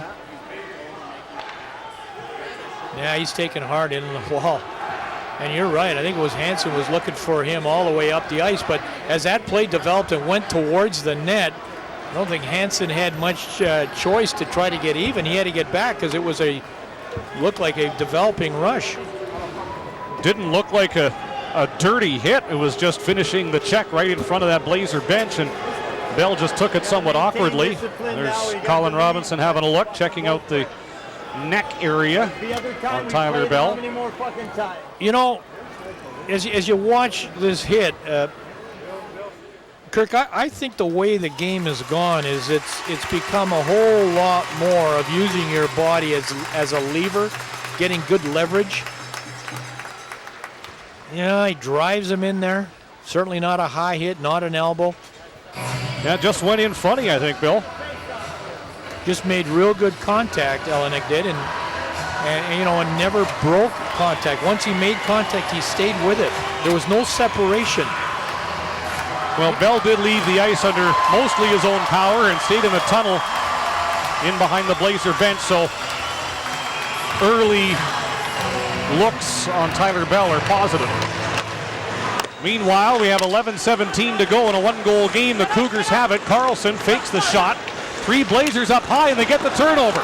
Smith, bouncing puck. Lepon chases it. Sharp angle, throws one to the net. Rebound, and Owsley closes the wickets, and they bag away. No goal, waved off. It never crossed the line. Cougars send it ahead. Medeski back. Centering pass, blocked. And it bounces to Colin Smith, who's taken down, and penalty not called. Locals are having a bit of an issue here. Now another puck towards the goal. That's turned away by Lanigan. Alex Forsberg jamming it to the side of the net. Comes to Lanigan. He'll hop on that with 9.5 to go in the period. And Colin Smith pleading his case to the referee, wondering why there wasn't anything called on that non-call in behind the net. What about Lepon here? What a chase down to win that race. He's number 34. Goaltender Owsley thinks he has it. I don't know why the referee doesn't blow the whistle. I'm pretty sure Owsley did have it. We'll get a good look here. I mean, that whistle's got to be blown right there. How it's not, puck is just laying there, and Lepon, who started the play, number 34, comes back to try to finish it off. You know, J.C. Lepon, his first 12 games, he had 6 goals. He went 118 games prior to that, only scoring 6 goals. What a difference a couple years make. Cougars off that face-off again, work it to the net, and Lanigan hops on that, and again, Stu Walters downstairs. Guys, joining you from the same spot, and Colin Robinson busy once again. Everyone happy to know, and not surprised with Colin Robinson, a veteran athletic trainer that he is, following complete protocol here, going over Tyler Bell's cheek and jawbone, where it seems like he's feeling the most discomfort, but more interestingly enough, going through some of that concussion protocol, asking him a bunch of questions, birth dates, going through a bunch of numbers with Tyler just to make sure everything is in working order. It looks like he's heading back to the bench and just fine. Yeah, you bet he is, right on the bench and getting back in it. I think he had one of his teammates ask him, "You all right?" He said, "Yeah, I'm fine." Hey, he scored a goal tonight. Come on, he wants to get back out there. That's right. No sense in sitting this one out now. It's a tight hockey game. We're halfway through the third period, and this team's got a 1-goal lead, looking for their 5th straight win. Put me out there, Coach. I'm hot. Exactly. And my book's coming out soon. We're midway through the third period. The Blazers have their 4th lead of the night. It remains a 1-goal advantage. Blazers leading Prince George. Teddy bear toss tonight in Kamloops. Well, that goal by Tim Bozon made it 1-0. Yeah, he's saying bring the Bears down. Alex Forsberg finds himself open, ties it at 1. Chase Soto, a nice lane to the net, makes it 2-1. Then it's the deflections of flavor of the period. Jake McKittick, a beautiful deflection there, not to be undone. Tim and Matt Needham right there in front of the net. That made it 3-2 Kamloops going into this third period. Spencer Oshchuk quickly at 33 seconds gives the Cougars a 3-3 tie, and then Tyler Bell, a blast from the point, his first of the season, has given the Blazers that 4-3 lead. So Sturzer, Yulee, and Lapon the forward line as they get it into the Cougar zone. Good forecheck by Sturzer, laying a body on Smith. Hasn't been an overly physical game tonight. You know what it's been, Kurt? It's been tight. It's been checking close, man-to-man. Yeah. There's been a ton of man-to-man coverage. Where players have not been given a lot of freedom to move.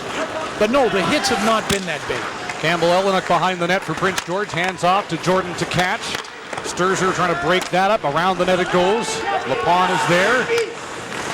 Takes a peek and drops it back for Medeski. Trying to outskate Caleb Belter. Pass ahead for Cole Yulee. Takes that nicely and sends it in. Blazers work a line change in with 9:10 to go here in the third.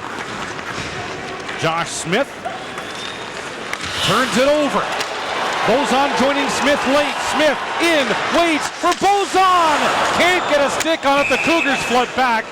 And the puck put back into Owsley for a face-off in the Cougar zone. On that turnover, if you're a scout watching Troy Burke tonight, you're pretty impressed with his play defensively. Here's the turnover. You cannot carry that puck through neutral ice area like that. But number 20, top of the screen, watch him come back and do a job right there. Make sure that pass doesn't cross the ice. There's the turnover. Turnovers aren't just passes in the neutral ice that are picked off. It's carrying the puck too long. Near miss for the Blazers as a shot was tipped and just went high and wide of the net. Pile up far side, they hack and whack at it and finally flip to center ice, and Alex Forsberg's in against Bell one-on-one. Forced wide and then around the net it goes. Spencer Asachak there. Takes a hit from Hansen. Forsberg trying to center, but fanned on the puck. Inglis will take over. Drives it down to Forsberg. Room to work. Centering, but Bozon, good stick in that lane. Took it away from Marincin. Bozon, nifty move, but lost the puck, and Fraser's on that for Prince George. Nearing 8 minutes to go here in the third. Blazers send it in. They will change things up. Line looks like Willick, McVeigh, and Needham. That line back together here for Guy Chiron's Blazers. Cody Carlson gets to the red line, sends it in for Prince George. Dean Clark has kept his lines together tonight. Pilling, Fraser, and Inglis are here as Mashmeyer picks his way through center. Dumped by Pilling. Penalty upcoming. Willick pulls up, drops to McVeigh, a shot, and Owsley's got it. But the Blazers are going back on the power play. Yeah, Mashmeyer coming out of his own zone. I think he's the guy that gets hauled down. That arm goes up, and wonderful job by the Blazers to keep the rush alive. Play never died. There's a penalty taker, if you will. Mashmeyer hauling it out of his own zone. That's where he's taken down, and then McVeigh is going to get this terrific chance from Willick. Way to pass and wait for that play to develop the way Willick did there. Waited for McVeigh to get right in that soft spot where he had a little time and a little space, and that was a bit nice save. Bozon, Smith, and Ranford with Shaber and Medeski. And Medeski with room, he steps in, fires, Owsley the save, rebound to Fraser, he cannot clear. Ranford on it, blind pass, gets through to Shaber. Shot blocked by Gibb, and Inglis is on it with Fraser ahead. Inglis looking to make something happen short-handed. Lost the puck against Medeski. And dropped back for Shaber with Inglis still on it. Now Brendan Ranford at 4 assists in Tuesday's win for the Blazers in Victoria. Puck shot out by the Cougars. Medeski will try again. Shaber, who had a hat trick in that game against the Royals, will send it in. There's Colin Smith. Double team far side. Bozon goes in to help out. He'll throw it towards the line, but picked off by Bork. And he'll move to center. Medeski staying right with him. Bork pulls up as a man to the goal. Asachak there, but a pass back. Taken by Needham. He's off the bench. 2 men to the goal. Needham for Ranford, scores! Brendan Ranford, another deft deflection, a power play goal, and the Blazers have their first 2-goal lead of the night.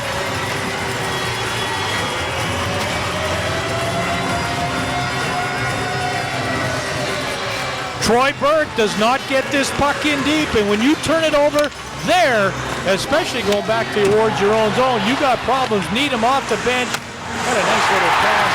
Great deflection. Head up.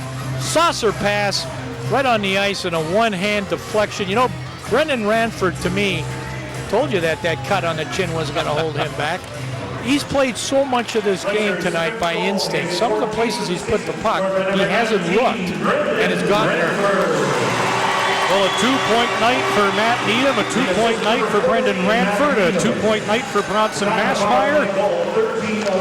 The Blazers with their first 2-goal lead of the night with 6.5 to go, and now here goes Logan McVeigh. Trying to get around McKittick. Took a whack right in the ankle. Now down low to Needham it goes. Throws it through the crease.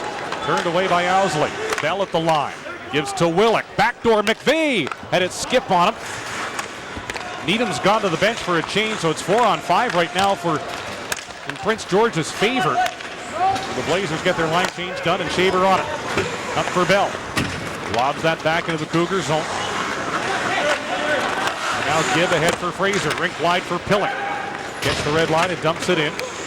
Talked about the balance on that Blazer score sheet tonight. Blazers don't have anybody in the top 20 in WHL scoring this year. Yeah, that's often an indicator. That's happened before with good teams. I think, I'll go back to the Kootenay Ice. I don't think they had anybody in the top 20 for most of the season. That's terrific balance. Well, Brendan Ranford has his 14th goal of the year, tying Colin Smith and Dylan Willett. Cougars in, looking to cut into that lead, but the Blazers are going to be short-handed. But here comes Alex Forsberg. Waits for help, trying to center. Brother Jesse goes down to help. And puck finally touched by Merrick Herbis. And the Cougars are going to get their first power play since the middle of the second period. And looking to get back to within a goal as Chase Shaber heads off for Kamloops. Yeah, when you're down 5-3 and you know your head starts to hang a little bit, your eyes start pointing down more often than not when you're coming off the ice. You still think to yourself, boy, we need a little bit of a break. Coach can inspire you by saying, guys, you're only 2 shots down. It is 5-3, 2 good scoring chances, 2 good shots. You're back in it. Might it start with this power play with the Prince George Cougars? Lapon, Sturzer, Medeski, and Mashmeyer, the penalty killers here for the Blazers. Marnchin and Carlson are on the points in this power play. Bork, Forsberg, and Asachak up front for PG. Blazers have taken over on the shot clock, 30-22, and lead by a pair. The Cougars, though, looking to make it a 1-goal game again. Carlson, top of the slot. Asachak camped in front. Forsberg, side of the net. He gets the pass. Back in front. Bork, a shot. He scores. Troy Bork with a great shot from the side of the net. It's a power play goal, and we are back to a 1-goal hockey game. You know, Bork might have been the guy that made the mistake on the last goal by not getting it in deep. But boy, does he ever make up for it with this play. This is just a give and goal. Bork's going to give it, and he's going to get it, and he's going to shoot it. And it goes, boy, you could hear the metal off the post right there and in. Might have been the back bar, the par in behind the net. His 8th goal of the season. and we talked about getting back in. You know, I said 2 good scoring chances when you're down 5-3. That was a quality chance, and it's got them back within 1. So this one's still very much in the balance here. 4.5 to go in a 1-goal game. Puck lobbed down into the Prince George zone. Bozon in the forecheck quickly on Jesse Forsberg. Able to move it though for Campbell Elenick. Nicely left for Jake McKittiuk. He'll dump it in. They'll wave off the icing. And now it's Caleb Belter on the forecheck. Elenick takes it. A wraparound chance. Great stop, Lanigan. And the Blazers scramble to clear. Carlson the other assist along with Forsberg on the Bork goal to make it 5-4. And they almost made it 5-all. Scramble in front of Cam Lanigan. 3:40 to play.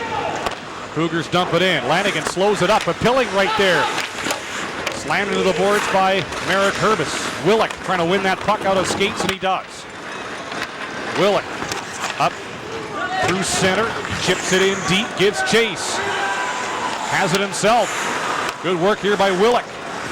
Cycles for Needham. Working on Inglis. Carlson there. Unable to clear against Medeski. McVeigh, Carlson, Willick all along the boards, and McVeigh's got it. Carlson angles him off to the end boards. Needham there too. Marinchin takes care of him effectively. As Charles Inglis leads the Cougar rush. Back and forth it's been all night long. Cougars have never led, but they're back within 1 after a power play goal from Troy Bork. Tyler Hansen on that for Kamloops. Off the boards and out for Willick. Slips past Asachak and shoots it in. Blazers will change. 2:45 to go. J.C. Lapon gets a stick in him. Martin Marinchin. Stopped up at the line by Ryan Haynes. Now touches it up for Lapon. 1-on-4, long shot. Owsley the save. Puck in back of the net. Who's got it? Troy Bork does. He's got a 2-point. Check that 3-point night on the goal. A goal and 2 assists. Josh Smith turns it over. Here's Shaber. Long shot. Owsley snares that, and he is forced to hold on to it with 2:17 to go in the 3rd period. Watch this, guys. This is goaltender Lanigan. You know, Campbell Elenick's got the puck behind the net. And watch Lanigan right there. He's looking to that side, and right about here, he's saying, oh no. And watch what happens. He's got one reaction left. That pad! Boom! And he shoots it out and makes that save. He thought it was over. It was in the net. I'm sure there was a split second of panic. There was. He might not have shown it. He might not have really felt it, but it was there, guaranteed. He overcommitted. He thought that Elenick was going to maybe tuck it in on the backhand. Well, he's made a couple of really big stops tonight as Cam Lanigan. Well, he has. Watch it here. He thinks he's going to go that way. Wow. I mean, there's 1, 2, 3, 4, 5. It counted 5 Blazers around there to help out. It didn't matter. Everything was on the shoulders of Lanigan on that play. Didn't matter how much support there was. Colin Smith out there with Ranford and Bozon. Puck in front, Smith. His shot partially blocked by McKittiuk. And he's got the puck. McKittiuk, lead pass, broken up by Medeski. Jesse Forsberg follows, dumps it in. Inside, 2 to play. 5-4, the Blazers lead. Tim Bozon, rink-wide pass, picked off by McKittiuk. Now it's center near side. Smith can't locate the puck. Elenick rides him off. Now it's Alex Forsberg. He's in, he shoots, and he whistles it wide. Colin Smith, time to jump on that. 1-on-3 at center. He'll dump it in and facilitate the change with 80 seconds to go. We'll keep an eye on Drew Owsley, as the Cougars will likely get him to the bench within the next little while. Icing waved off. This might be his chance. Mashmeyer and Forsberg tie up behind the net. Puck side of the goal. They jam at it. Where is the puck? Shot on, and Lanigan there to make the stop with a minute to go, and it is now Owsley on the bench for Prince George. When you're Spencer Asachek and you're as big as he is, and you're talented with a stick as he is, he's number 16. I want you to watch what he does in traffic. This is just a good play by the big guy, getting the puck on the net. That's the forecheck. That's Alex Forsberg. Keep your eye on 16 now. It stays with him. He stays with it. Now look at him in traffic. He turns around and takes that whack at it. This time Lanigan doesn't make a save on the reaction. He makes the save on position. That was important to make that save the way he did there. Prince George has called the timeout. Time to let us tell you about our next broadcast here on Shaw TV. Regina Pats, Moose Jaw Warriors, the Trans-Canada Clash, Saskatchewan style, 7 o'clock Central, 5 o'clock Pacific on Shaw TV. I don't find that Moose Jaw building as intimidating as, you know, the old Crush Can was. I don't think any building could be as intimidating as the old Crush Can. Well, the people, they sit back and they just kind of, you know, they're, yeah, all right, I'm there, I'm watching the game, and it's a pretty good Moose Jaw team. Hey, all you want here now, 1:01 left again, is one or two. Force Lanigan if you're the Cougars, who I think deserve a lot tonight. They deserve at least a point in this hockey game. You're not taking anything away from the Blazers. Well, scrambled off the draw, goes in deep. Madejski's there. He's wrapped up by Asachak, puck around. Shaber's there, takes a peek and lobs it into neutral ice.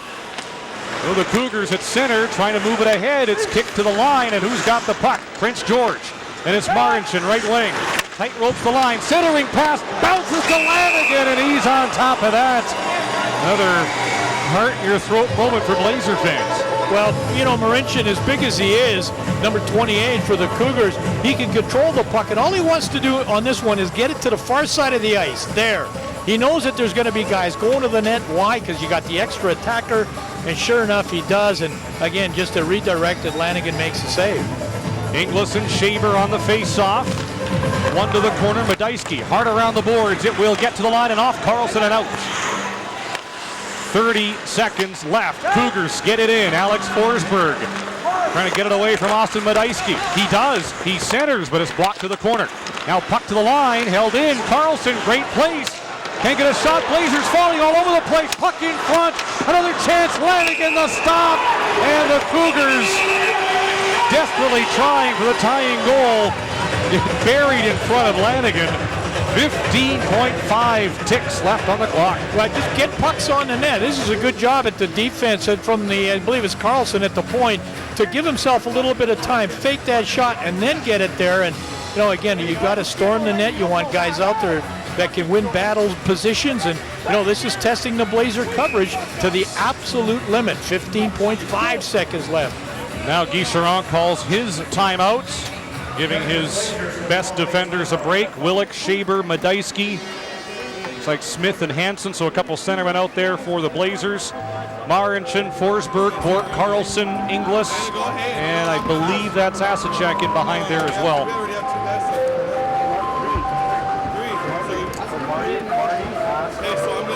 Going to update the WHL standings for you in the Western Conference. Vancouver has won tonight, so temporarily the Blazers find themselves second in BC. Tri-Cities in action as well tonight. Kelowna, Victoria, Seattle, Spokane. They suffered that loss to Calgary in overtime. Everett fell to Portland tonight. By the way, Kurt, Prince George at Kamloops tonight. They will play Kelowna next, and then they'll be at home to the Portland Winterhawks for those famous double headers that the Cougars play up at Prince George. Do you think Lanigan's got one more save in him, or do you think Kamloops can weather this storm? Well, how about that? You just poke it up ice off the face-off. That's a heady play. That'll do it. Shaber looking for the empty net. Won't get a shot away. 6 seconds to go. Cougars one last chance. Here's Bork, left wing. Shoot, stop, rebound into Lanigan, and the buzzer sounds. The Prince George Cougars throw everything they had at the Blazers in that last little bit. And now Charles Inglis is mauling Chase Shaber. Shaber, a relatively unwilling combatant, as Inglis wanted a piece of him. Charles Inglis has already run afoul of the WHL law twice this year, and that's not going to win him any points. But he is frustrated, no doubt. Like you said, Bill, the Cougars deserved a point. They just didn't quite get it, and this is as close as they came late. Yeah, this is all with 2 seconds left on the clock. There's the save, there's the rebound. And boy, oh boy, that horn could not go fast enough or loud enough for that group of Kamloops Blazers. Kirk, I couldn't agree with you more. This is a game that Cougars absolutely gave it. They left everything on the ice. If I'm Dean Clark, there's no way in the world my team battled to this point, right here. That's all with 1 second left. I could take that every time if I'm Dean Clark. I just can't. Well, first of all, I can see why they've won 6 games on the road. They've only won 2 at home.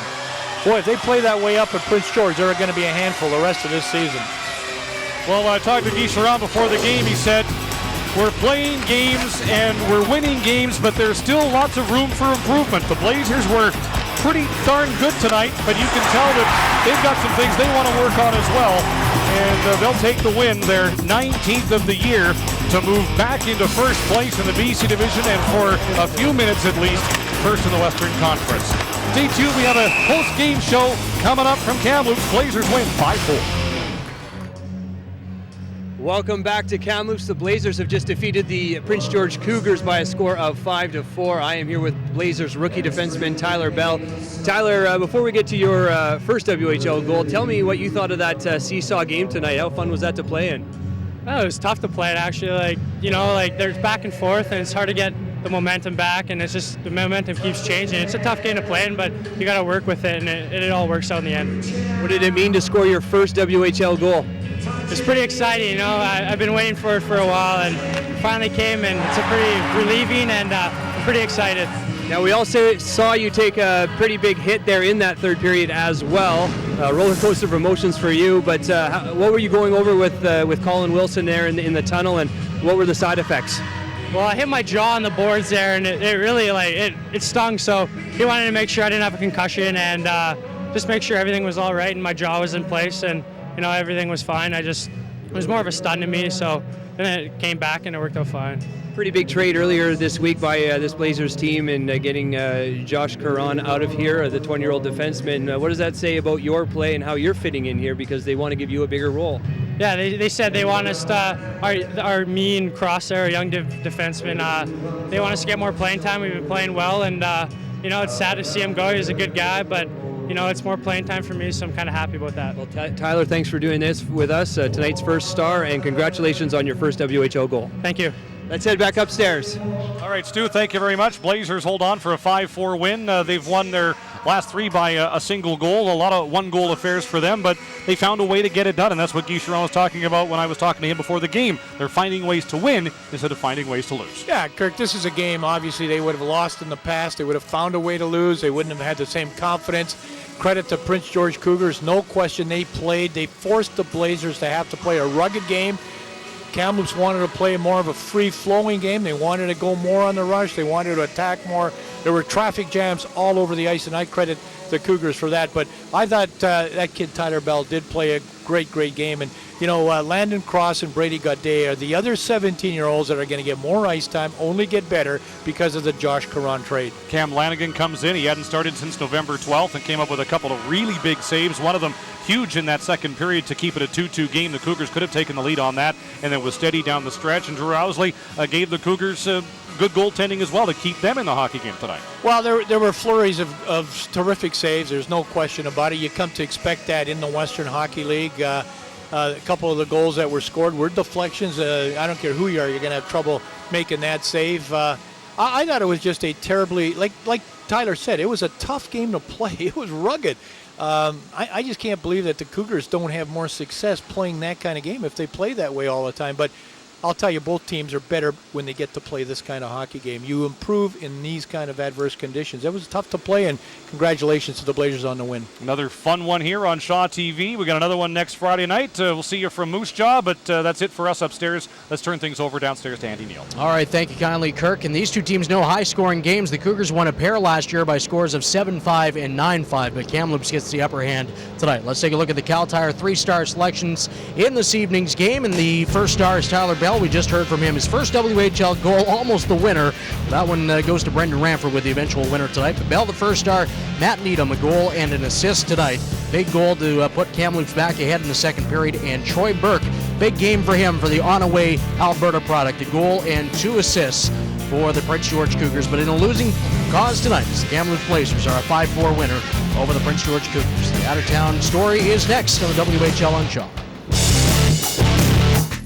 Busy night in the WHL with 9 games total. Mark McNeil with a 5-point night with 3 goals this evening, leading Prince Albert to a 7-5 win over Kootenay, bringing a halt to the 6-game winning streak for the Ice. Vancouver Giants get their 3rd win on their Eastern trip with a 4-1 decision over the Regina Pats in Saskatchewan's capital. Darian Drzezinski with 3 tonight. Brandon Weekings doubling up the Red Deer Rebels by a 4-2 count. Rebels have now lost 8 in a row. Victor Rask had 2, including the OT winner as the Calgary Hitmen knocked off the Spokane Chiefs by a 3-2 count this evening. Josh Nichols had a pair in the Saskatoon Blades and their 3-game losing streak with a 2-1 win over Medicine Hat in Medicine Hat tonight. Robin Sudek had 2 this evening, in the Victoria Royals ended their 6-game losing streak with a 2-1 win on the road in Kelowna. Portland Winterhawks with a 5-1 decision over the Everett Silvertips on home ice tonight. Oliver Gabriel back in the lineup after being with the Columbus Blue Jackets. Goal and an assist this evening. And the Tri-City Americans on a goal by Patrick Holland have a 3-2 lead on Seattle. That's in the third. That's good news for the Prince George Cougars. They fall in regulation tonight to the Kamloops Blazers. A 5-4 score the final at Interior Savings Center in Kamloops. Back to wrap on the WHL on Shaw. Well, on Teddy Bear toss night in Kamloops, Tim Bozon got the Teddy Bear goal for the Blazers. He was back and forth tonight with the Prince George Cougars. And a 5-4 win for the Blazers this evening as they've won 3 of the last 4 in the head-to-head set with the Prince George Cougars. Now, WHL Central goes back on the road a week from tonight. We will make our second trip to Moose Jaw in a southern Saskatchewan rivalry between the Warriors and the Regina Pats. From Moose Jaw, that starts at 7 o'clock Central Time on Friday, December 9th. That's 5 o'clock Pacific. For Stu Walters, Kirk Fraser, Bill Wilms, and the rest of the WHL on Shaw crew, I'm Andy Neal. Thanks so much for watching tonight from Kamloops. We'll talk to you again a week from this evening in Moose Jaw. Good night, everyone.